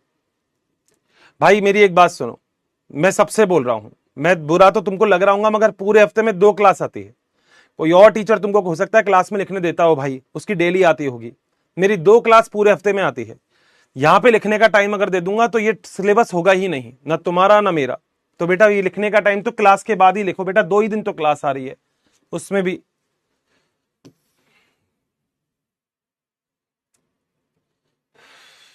ठीक है बेटा, स्प्लाइसिंग का संबंधन लिख लेना तुम। समरी लेक्चर बेटा बाद में देखते हैं। थैंक यू दोस्त।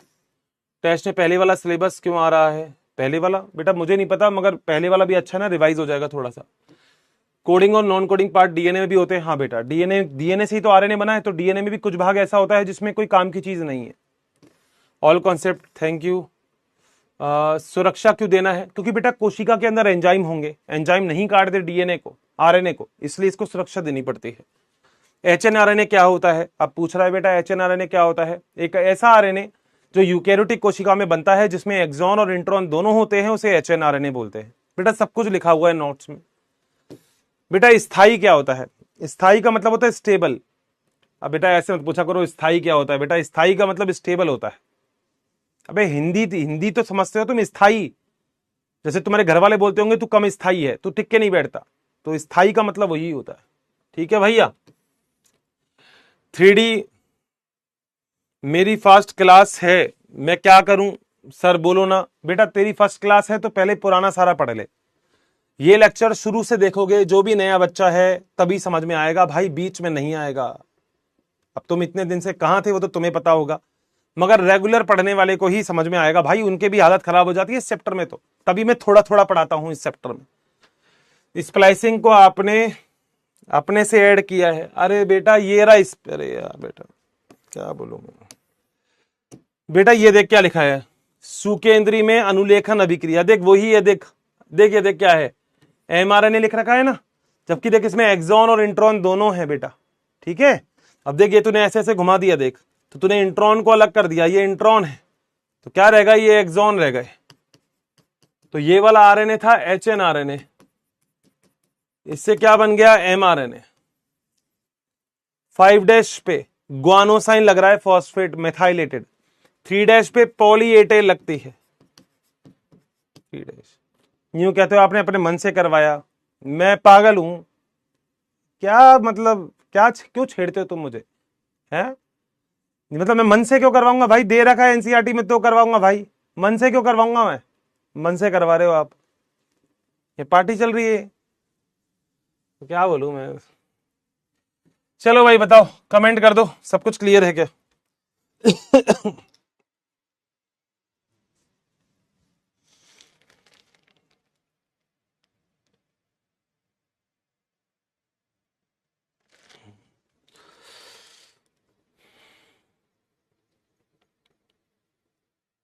बताओ भाई, क्लियर है।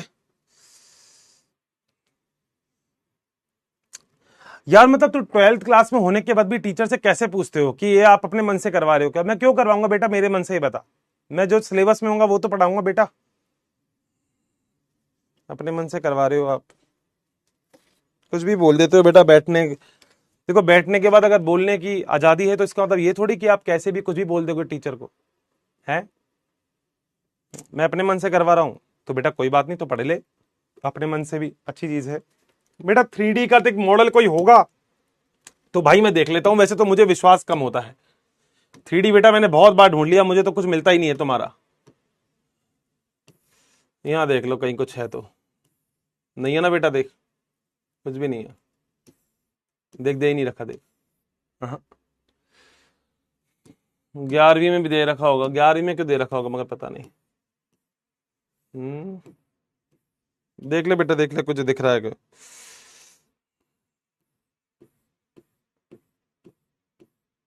नहीं है बेटा, 3D में है ही नहीं, इसमें कुछ भी नहीं है। देख,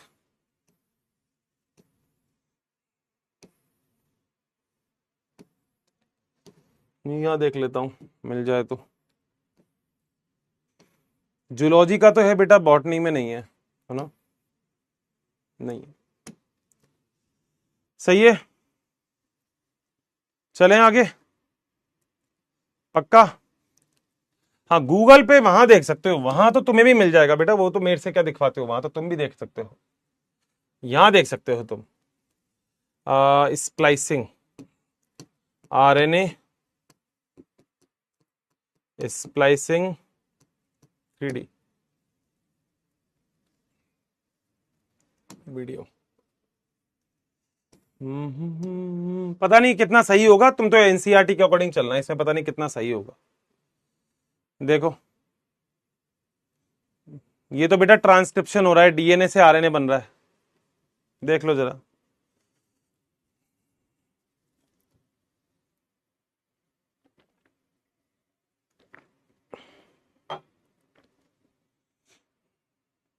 ये इससे कंफ्यूज मत हो जाना, इसमें उटपटांग दे रखा है, पता नहीं क्या दे रखा है। हाँ देखो, स्प्लाइसिंग कर रहा है, देखो ये। कॉम्प्लेक्स वॉम्प्लेक्स मत देखना।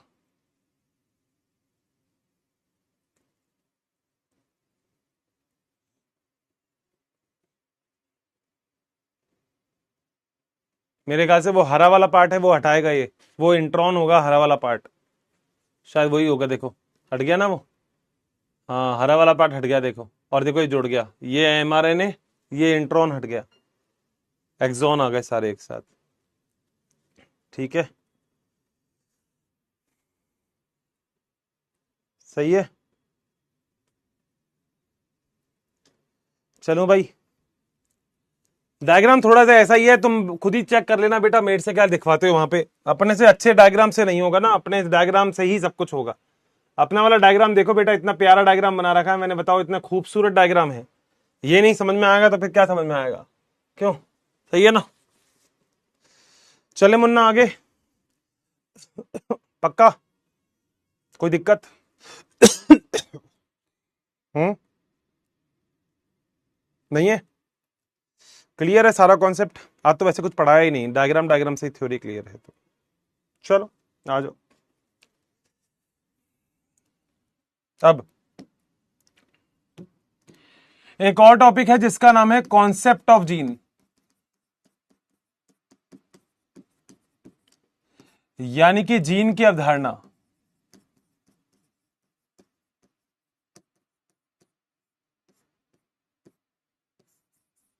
इस क्लास में भी वैसे 2-3% बच्चे तो बेटा थोड़े से अलग ही हैं, मतलब काइंड ऑफ स्पैमर ना, वो वैसे हैं।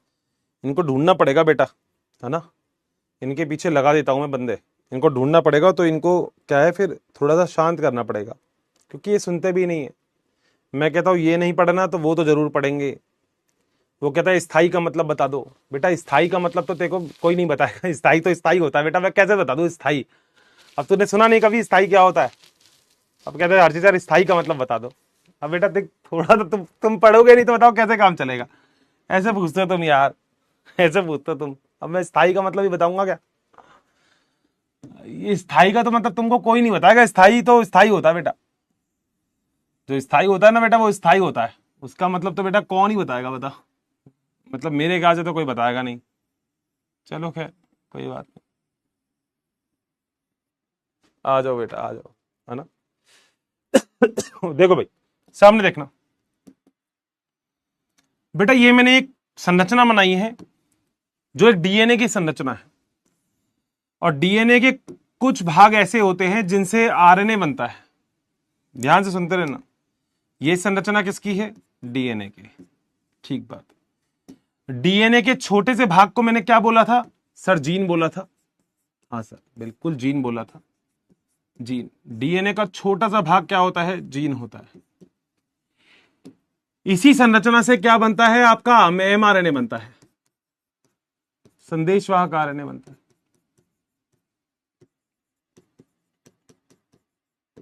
बोलो बोलो, बात सही? जो जो मैं बात बोलूं वो कृपया करके ध्यान से सुनते रहना। सुनोगे तो ही थ्योरी कर पाओगे, नहीं तो कुछ नहीं कर पाओगे, नहीं तो रटते रह जाओगे, और रटोगे बेटा, फिर कुछ बच्चे तो रटते ही रहेंगे। तो मैं बोल सकता हूं जीन,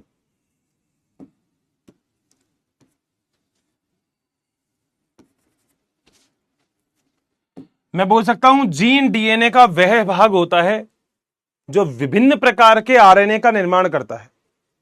अब बेटा विभिन्न प्रकार के आरएनए, जैसे मान लो इससे एमआरएनए बन गया, मान लो इससे टीआरएनए बन गया, मान लो इससे आरआरएनए बन गया।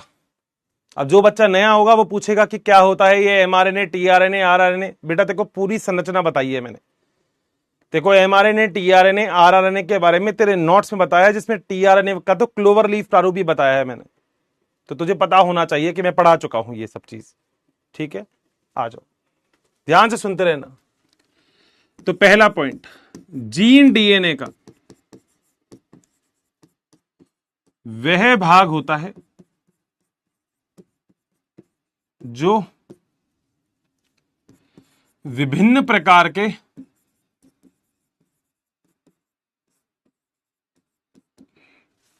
आरएनए का निर्माण करता है।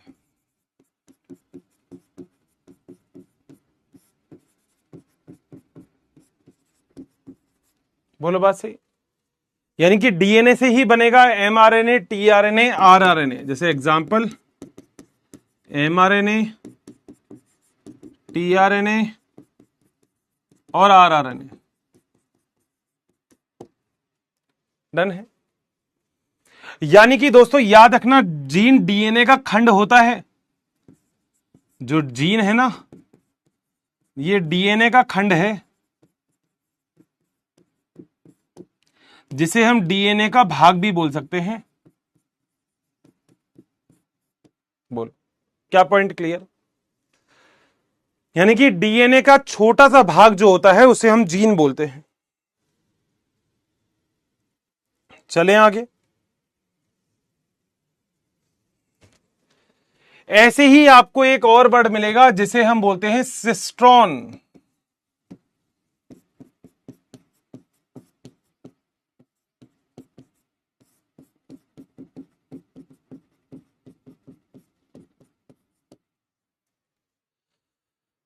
डीएनए जिससे एमआरएनए बने और जिससे प्रोटीन बनता हो उसे हम सिस्ट्रॉन बोलते हैं। भाग जिससे एमआरएनए व प्रोटीन बने। बोलो, क्या पॉइंट क्लियर है? डीएनए का वो भाग जिससे एमआरएनए बनता हो, जिससे प्रोटीन बनता हो, उसे हम सिस्ट्रॉन बोलते हैं। क्या बोलते हैं? सिस्ट्रॉन। लिखा हुआ है सब, बाद में मत पूछना ये क्या होता है। सही है, कोई दिक्कत? ठीक। अब जो सिस्ट्रॉन होते हैं उसका एक प्रकार होता है जिसे हम बोलते हैं पॉलीसिस्ट्रॉनिक।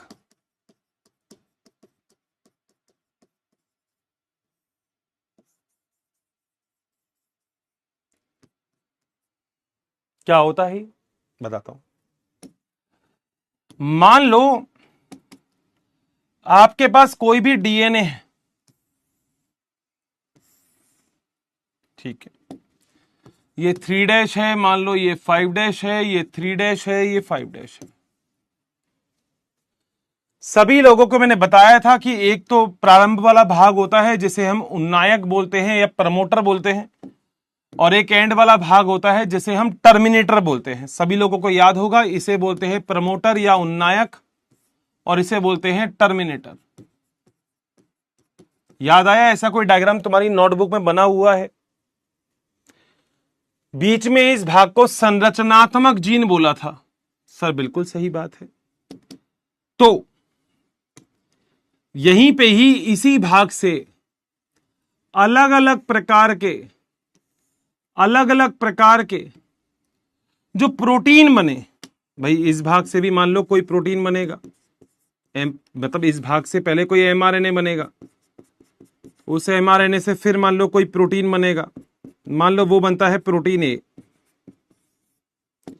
इस वाले भाग से भी कोई एमआरएनए बनेगा, उस एमआरएनए से भी आगे जाके प्रोटीन बनेगा, मान लो वो बनता है प्रोटीन बी।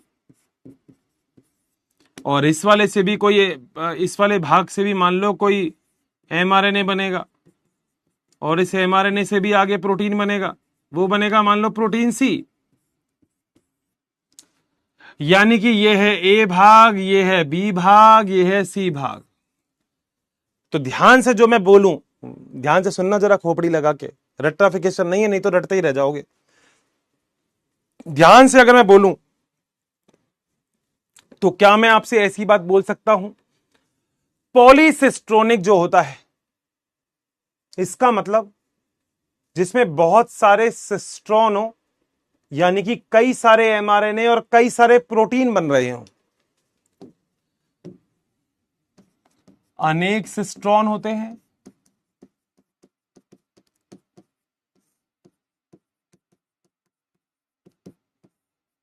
यानी कि सिस्ट्रॉन क्या होते हैं, तो अनेक एमआरएनए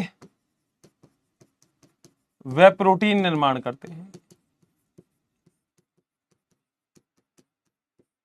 बोलो बात सही।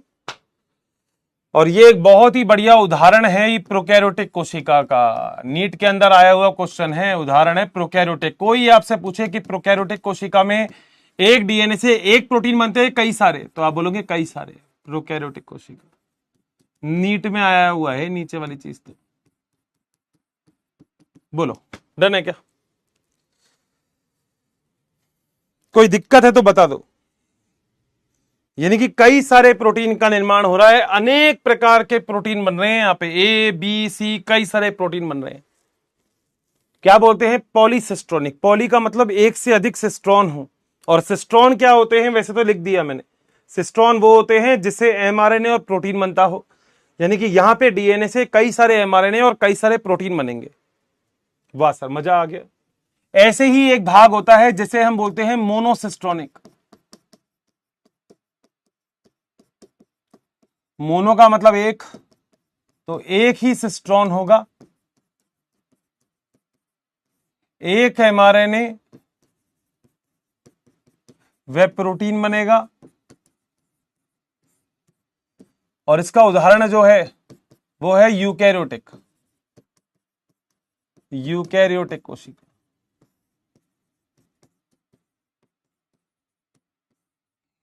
डायग्राम बना देता हूं, क्लियर हो जाएगी बात। ये बनाया, ये बनाया, 3 डैश रखो, 5 डैश रखो, 3 डैश रखो, 5 डैश रखो। ये बॉक्स हरा वाला है प्रमोटर का, ये बॉक्स ये वाला है टर्मिनेटर का। और यहां पर इनसे केवल एक ही प्रकार का प्रोटीन बनेगा, बस एक ही प्रकार का। ये लो, इससे एमआरएनए बनेगा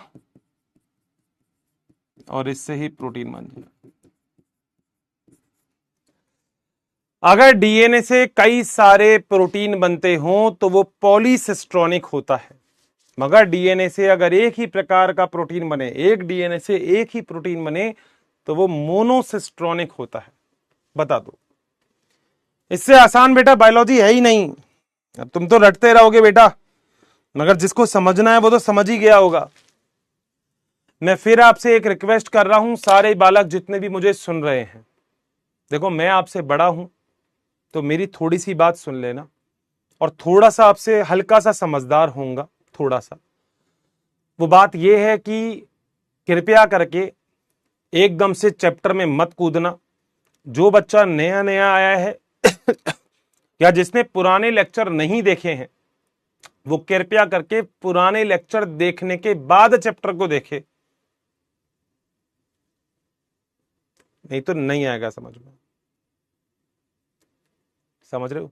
देखो यहां पे कई सारे बच्चे हैं, कुछ ऐसे बच्चे भी हैं जो बच्चे कंटिन्यू पढ़ रहे हैं, 11th भी जिन्होंने पढ़ी थी अच्छे से, मगर जिन्होंने 11th अच्छे से नहीं पढ़ी, मैं ये नहीं कहूंगा उसको समझ में नहीं आएगा, मगर वो सारे लेक्चर देख के आगे चलना। बीच में अगर तुम ऐसे ही जंपिंग जंपिंग खेलते रहे, कूद कूद के आते रहे, तो कुछ नहीं समझ में आएगा। ये चैप्टर वैसा चैप्टर नहीं है। अब जो मैं आगे पढ़ाने वाला हूं वो तब समझ में आएगा जब पुराना पूरा चैप्टर पढ़ रखा होगा। आज ये जितने लेक्चर हो चुके हैं इस चैप्टर के, वो इस चैप्टर के बेसिक पॉइंट्स हैं। तुम मजाक में मत लिया करो। अब मान लो किसी को यही दिक्कत है कि हर्षित सर मुझे तो स्थाई का मतलब ही नहीं पता, स्थाई क्या होता है, तो बेटा फिर वो पूछना पड़ता है आपको। मुझसे क्या पूछोगे स्थाई क्या, मैं तो बता ही देता हूं स्थाई है, स्थाई क्या होता है, मगर इतनी सेल्फ नॉलेज तो थोड़ी सी रखो। ऐसे बहुत सारे टर्म्स नहीं तो मैं लिखूंगा, कोई पूछेगा प्रोटीन क्या होता है जो आरएनए से बनता है अनुवादन अभिक्रिया के द्वारा।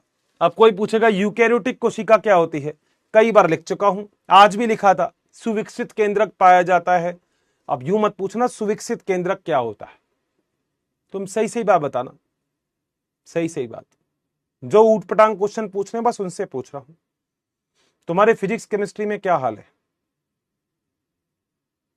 देखो हंसना मत मेरी बात को, मैं बहुत सीरियस बात बोल रहा हूं, नाराज ही मत होना। तुम्हारे फिजिक्स केमिस्ट्री में क्या हाल है? यहां कम से कम मैं कुछ तो चीज लिखता हूं ऐसी जो तुमने देख रखी हो। वहां तो लैम्बडा का बी का होल्ड स्क्वायर चल रहा होगा, वहां तो अलग ही चल रहा होगा। आए आज तो 2020 मैथ चल रहा है। सही बात है ना? मेरी बात समझना दोस्त, बहुत अलग होती है पढ़ाई, मगर करनी पड़ती है। मैंने हमेशा तुमसे बोला है, मैं चाहूं तो भगा भगा के चीजों को खत्म करवा सकता हूं, मगर मैं नहीं करवाता। मैं चाहता हूं कि आराम आराम से चले। जितना मैंने आज आपको पढ़ाया है, अगर आप इतना ही पढ़ लोगे तो आपका काम हो जाएगा। जितना पढ़ाया है उतना ही पढ़ लो, मगर तुम्हारी शिकायतें खत्म नहीं होती। अभी कई सारे यहां पे रो रहे होंगे, अभी देखो कमेंट बॉक्स चलाऊंगा, कई सारे रो रहे होंगे यहां पे। पता क्या, पोल करवाओ पोल करवाओ पोल करवाओ, और उन्हीं के ही क्वेश्चन गलत होंगे। जो बच्चा वैसा बच्चा होता है ना जो टीचर के ऊपर चलता है, नहीं यार इनको जब करवाना होगा पोल, ये अपने आप करवा देते हैं, वो सही है। वो पूरे लेक्चर में 1.5 घंटे में यही सोच रहा होगा पोल करवाओ, वो समझ नहीं रहा है। वो उसके दिमाग में जैसे सीड नहीं लग जाती, छोटे बच्चों के लग जाती है, मुझे तो यही चाहिए यही चाहिए यही चाहिए, तो ऐसे सीड लग जाती है उनके। वो फिर समझते ही नहीं है, वो कह रहे ये कुछ भी समझा रहा है, वो छोड़ो, मैं तो पोल करूंगा आज, अक्कड़ बक्कड़ बम्बे वो करूंगा। नहीं होगा बेटा, मेरी बात कानों का भरपूर इस्तेमाल करके सुनो, समझो, तभी हो पाएगा, तभी हो पाएगा। नहीं तो पोल पोल पोल मत बोला करो ज्यादा। जितना पढ़ा रहा हूं उतना पढ़ लोगे तो काम हो जाएगा भाई। मुझे नहीं पता, कई सारे बच्चे लिखते रहते हैं वो ये करवाता है, वो टीचर कोई कुछ भी करवाए, तेरे बॉटनी में नंबर जब आएंगे तब मेरे को बता दियो कैसे आ रहे, मगर मेहनत करनी पड़ेगी। हवा हवाई नहीं है ये। आसान पेपर बनाऊंगा ना अगर, तो तेरे बॉटनी में नंबर बहुत अच्छे आ जाएंगे बेटा। मैं आसान पेपर नहीं बनवाता बॉटनी का, मैं बॉटनी का पेपर ऐसा बनाता हूं कि सच में तुमको नीट का पेपर आसान लगे। और तुम अब देख लो कि तुमको कैसे वाला टीचर पसंद है। तुमको ऐसा टीचर पसंद है जो तुमको रूड बोलता हो मगर सही काम करे तुम्हारे साथ, बता देना। तुम्हें कैसा टीचर चाहिए जो तुम्हें आसान आसान देता रहे, तुम्हें सब कुछ हो जाए? बेटा वो नहीं हूं मैं। तेरे यहां नंबर आए नहीं आए, मगर इन टेस्ट से तो ये जरूर सीख जाए अर्षित सर मेहनत करनी पड़ेगी। हवा हवा ही नहीं है बेटा। नीट का पेपर तेरे को आसान लगेगा, इस बात की गारंटी है मेरी, टचवुड। नीट का पेपर तेरे को आसान लगेगा, मगर वो कब लगेगा? जब यहां का पेपर थोड़ा सा मुश्किल होगा। यहां का आसान होगा तो नीट का तो बहुत बहुत मुश्किल लगेगा। और जो तुम बोल रहे हो ना, जैसे कुछ ये कहते रहते हैं बोर्ड के बारे में, बोर्ड के बारे में, अब बोर्ड में कुछ अलग थोड़ी आता है बेटा। बोर्ड में यही आएगा कि प्रतिकृतियन समझाओ, अनुलेखन समझाओ, हर्शे और चेस का एक्सपेरिमेंट समझाओ, सिस्ट्रॉन क्या होते हैं, मोनोसिस्ट्रॉनिक क्या होता है, पॉलीसिस्ट्रॉनिक क्या होता है, यही आता है बोर्ड में, कोई अलग नहीं है बोर्ड। बट बोर्ड में लिखना पड़ता है और नीट के अंदर ऑब्जेक्टिव आते हैं, बस ये दो चीजों का फर्क है। अब सीढ़ लगी रहती है तुम्हारे, अभी कुछ विश्वास नहीं है? देखो यहां देखो, मजाक थोड़ी कर रहा हूं, देखो देखो यहां देखना, आज पूरा 1:45 ही पढ़ाइए। हाँ बेटा देखता हूं। अब मेरी ये बोला मत करो 1:45 पढ़ाऊंगा, मतलब क्या। आज मगर तू ये बात बता, दीपिका जितना आज पढ़ाया वो समझ में आया ना? टाइम के अकॉर्डिंग नहीं होता है यार। कोई बच्चा यूं कहता है अर्शी सर मैं सुबह से कितना पढ़ना चाहिए मुझे नीट में सिलेक्शन करने के लिए, चाहे 2 घंटे पढ़ मगर अच्छे से पढ़। अब पूरे दिन हाथ में किताब है तो बेटा वो पढ़ाई नहीं होती है। ठीक है, लर्न नहीं हो पा रहा है बेटा, करना पड़ेगा। पढ़ने का माहौल नहीं बन पा रहा है बेटा, गाना बजा ले, बन जाएगा माहौल। नो डाउट, ऑल क्लियर है, बहुत बढ़िया। सर दोबारा नहीं पढ़ते हैं, क्लास में ही याद हो जाता है। बेटा मैं भी यही चाहता हूं। सो स्वीट, वो थैंक यू भाई। सर एक बार और बता दो, प्रीति वर्मा एक बार और बता दो। अब एक बार और बताने से, मैं 2 बार बता चुका हूं अभी ये, तो एक बार और बताने से कहीं ज्यादा अच्छा है। प्रीति वर्मा तू एक बार और लेक्चर देख ले, देखो और अच्छा समझ में आएगा। यार मेहनत करो यार, पता नहीं तुमको पैम्परिंग की आदत है क्या, कि ये टीचर प्यार से बोले यही अच्छा है, ये टीचर हमसे ऐसा क्यों बोलता है। बेटा याद रखना, घर वाले लड़ते हैं ना क्योंकि घर वाले तुमको अपना मानते हैं, तुम्हारे अच्छे बुरे से उनको फर्क पड़ता है। याद रखना, तुमसे कोई बाहर वाला आके नहीं लड़ता, कभी घर वाले लड़ते होंगे तुमसे, तो मैं क्यों लड़ रहा हूं तुमसे, मैं क्यों बोलता हूं तुम्हें समझ में आ रहा होगा। थैंक यू भाई,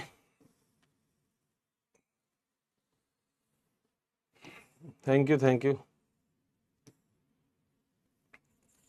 बेटा बोर्ड के लिए इंपॉर्टेंट चैप्टर के एंड में बताऊंगा तेरे को 2-3 चीजें। अभी तो याद रख, हर्षे और चेज का एक्सपेरिमेंट इंपॉर्टेंट है, प्रतिकृति इंपॉर्टेंट है, ये दोनों बोर्ड में आ सकता है। हर्षे और चेज याद रखिए बस।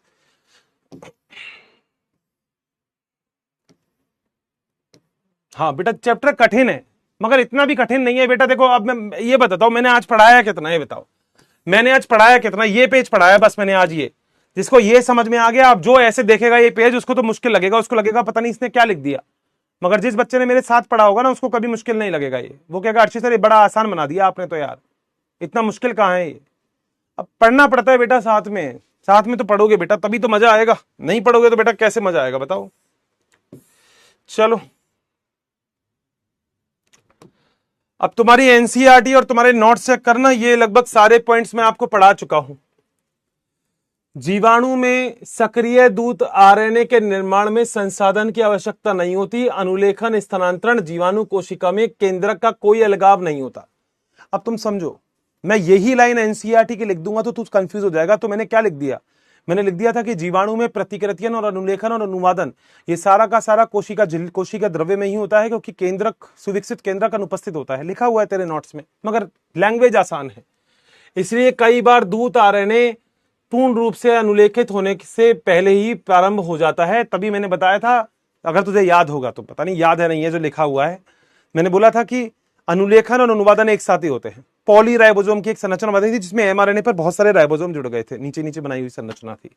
आ जाओ, ये सारी चीजें लास्ट लेक्चर में अपन ने कंप्लीट की थी अगर आपको याद हो तो।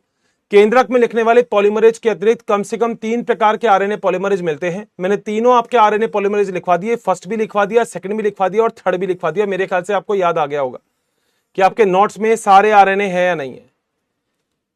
आपको पता है एचएनआरएनए होता है हेट्रोजेनस न्यूक्लियर आरएनए, यानी कि विषमांगीय केंद्रीय आरएनए। हेट्रोजेनस का मतलब होता है अलग अलग, विषमांगी जिसमें एक्सॉन और इंट्रॉन दोनों हो। तुम्हारे नोट्स को चेक करो, इतनी प्यारे तरीके से नोट्स बना रखे हैं ना, मतलब तुम भी ताज्जुब करोगे कि इतने प्यारे नोट्स कैसे हो सकते हैं। बट पढ़ना पड़ेगा ना यार, नोट्स नहीं देखोगे तो फिर चिल्लाते ही रहोगे सर ये क्या वो क्या। नोट्स भी तो देखो भाई, नोट्स से बाहर कुछ नहीं बोलेगा ये, नोट्स से कम ही बोलेगा, ज्यादा नहीं बोल सकता है। दूसरी जटिलता यह है कि अनुलेखन में व्यक्तित और अव्यक्तित, अब व्यक्तित और अव्यक्तित नहीं लिखा मैंने, ये बात मैं मानता हूं, मगर ये एक्सॉन और इंट्रॉन होते हैं। और तुम एक बात क्यों नहीं मानते, यहां के पेपर में भी शायद अभी होने वाला है कि आपको हिंदी और इंग्लिश दोनों मिले, अभी तो नहीं पता, बाद में कभी हो जाएगा, मगर नीट के एग्जाम में हिंदी और इंग्लिश दोनों आता है तुम्हारे पेपर में यार। और याद रखना इंग्लिश हमेशा आसान होती है दोस्त। मैं खुद हिंदी मीडियम से हूं, पता है, मैं प्रॉपर हिंदी मीडियम से हूं, मगर मैं इंग्लिश मीडियम में पढ़ा लेता हूं। पता है मुश्किल क्या है, हिंदी मीडियम, सच में। अब तुम्हारी एनसीईआरटी एक्सॉन और इंट्रॉन दोनों ही लिखती है। देखो जरा डायग्राम के अंदर देखो क्या लिख रखा है, मैं गलत थोड़ी बोल रहा हूं, देखो क्या लिखा है, इंट्रॉन, क्या लिखा है इंट्रॉन, अरे भाई इंट्रॉन एक्सॉन नहीं लिखा क्या, इंट्रॉन एक्सॉन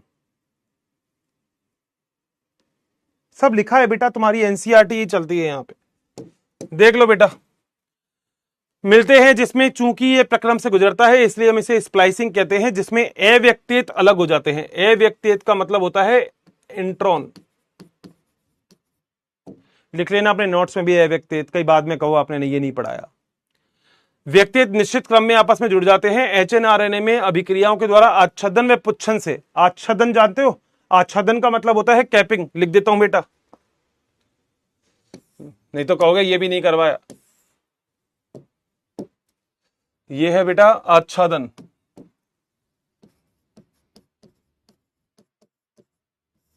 और ये पुच्छ लगाना, पुच्छन।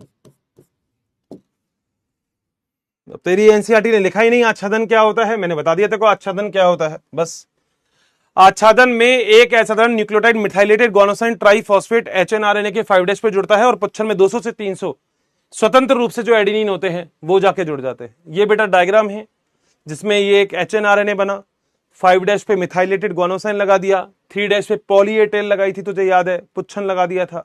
इसके बाद स्प्लाइसोसोम आएंगे, देखिए स्प्लाइसोसोम एंजाइम्स के द्वारा अलग अलग कर देंगे। ये देखिए तेरे पास क्या हो गया, एमआरएनए। क्या है ये एमआरएनए। ये क्या है? ये बेटा एमआरएनए नहीं है, ये है एचएनआरएनए। गलत लिखा है एनसीईआरटी ने, एमआरएनए तो ये है, ऊपर वाला तो एचएनआरएनए होता है, विश्वांगी आरएनए। बोलो भैया, यहां तक पॉइंट क्लियर है क्या? आज इतना ही करेंगे और कल क्वेश्चन भी करेंगे इसके, मगर इतना पढ़ के आना भाई, इतना इस चैप्टर को पढ़ के आना, तब यहां तक के क्वेश्चन करवाऊंगा। कल 5-10 एक क्वेश्चन कर लेंगे, मगर इतना पढ़ के आना, 100% रिजल्ट आना चाहिए। मैं तो तुम्हें देखता भी नहीं हूं, चीटिंग करके तो नोट करके तो कर लिया करो, चीटिंग कर लिया करो बेटा, क्या दिक्कत आती है? और यूं मत कहा करो अर्चित सर कम पढ़ाओ भाई, मैं लिटरली बोल रहा हूं, मैं एक टॉपिक खत्म, आज एक ही टॉपिक खत्म हुआ है अपना 1.5 घंटे के अंदर, यानी कि 1.5 घंटे के अंदर एक पेज पढ़ा है अपन ने। मगर वो एक पेज पढ़ना होता है बेटा, एनसीईआरटी रटने का चीज नहीं है, एनसीईआरटी को समझना पड़ता है। तो जो तुमको डायग्राम बनाता हूं ना भाई, वो डायग्राम बना लिया करो, तुम्हारे है सिलेबस में, वो तुम्हें बोर्ड में भी लिखना है, वो पुच्छन तुम्हें पता होना चाहिए क्या होता है। सुनते नहीं हो बेटा, मगर मेरी बात नहीं मानते। चलो कोई नहीं, मानोगे कभी तो, इतना कर लो बस, ठीक है। और बाकी कमेंट का इंतजार रहेगा, मन है तो भाई कर देना, तुम्हारा यहां भी कर देना, वहां भी कर देना, ठीक है। पढ़ो मगर भाई, बहुत सारे क्वेश्चन है टेलीग्राम चैनल पे, जाओ करने की कोशिश करो, पक्का पकाया मिल जाता है, गलत है बेटा। तुम मेरे से 10-10 क्वेश्चन मांगते हो, मैंने वहां पे 400-500 क्वेश्चन रख रखे हैं एक चैप्टर के, जाओ ना करके आओ ना, थम करो, कर लिया तो वहीं थम करो, मेहनत तो करनी पड़ेगी। यहां कितने करवा सकता हूं, 5-10, वहां 500 क्वेश्चन पड़े हुए हैं इस चैप्टर के, करना पड़ेगा बेटा, ठीक है। कमेंट का इंतजार रहेगा। बाकी मेरे ख्याल से शायद आपको समझ में आ गई होगी बात। प्लीज पढ़ो भाई, प्लीज पढ़ो, प्लीज पढ़ लो भाई, इतना पढ़ना, कल क्वेश्चन पक्का करेंगे, मगर पढ़ के आना भाई, तब तो मजा आएगा क्वेश्चन करवाने का। कल पक्का ना, थम कर दो, दिल बना दो, अगर सारे लोग यहां तक पढ़ के आएंगे कल, फिर क्वेश्चन करेंगे। बताओ फटाफट बताओ, कल 10 एक क्वेश्चन आराम से बढ़िया वाले क्वेश्चन लेके आऊंगा, पीवाईक्यू शानदार जबरदस्त, मगर बेटा पढ़ना पड़ेगा। बोलो डन है, पक्का? ठीक है, हाँ करना पड़ेगा बेटा।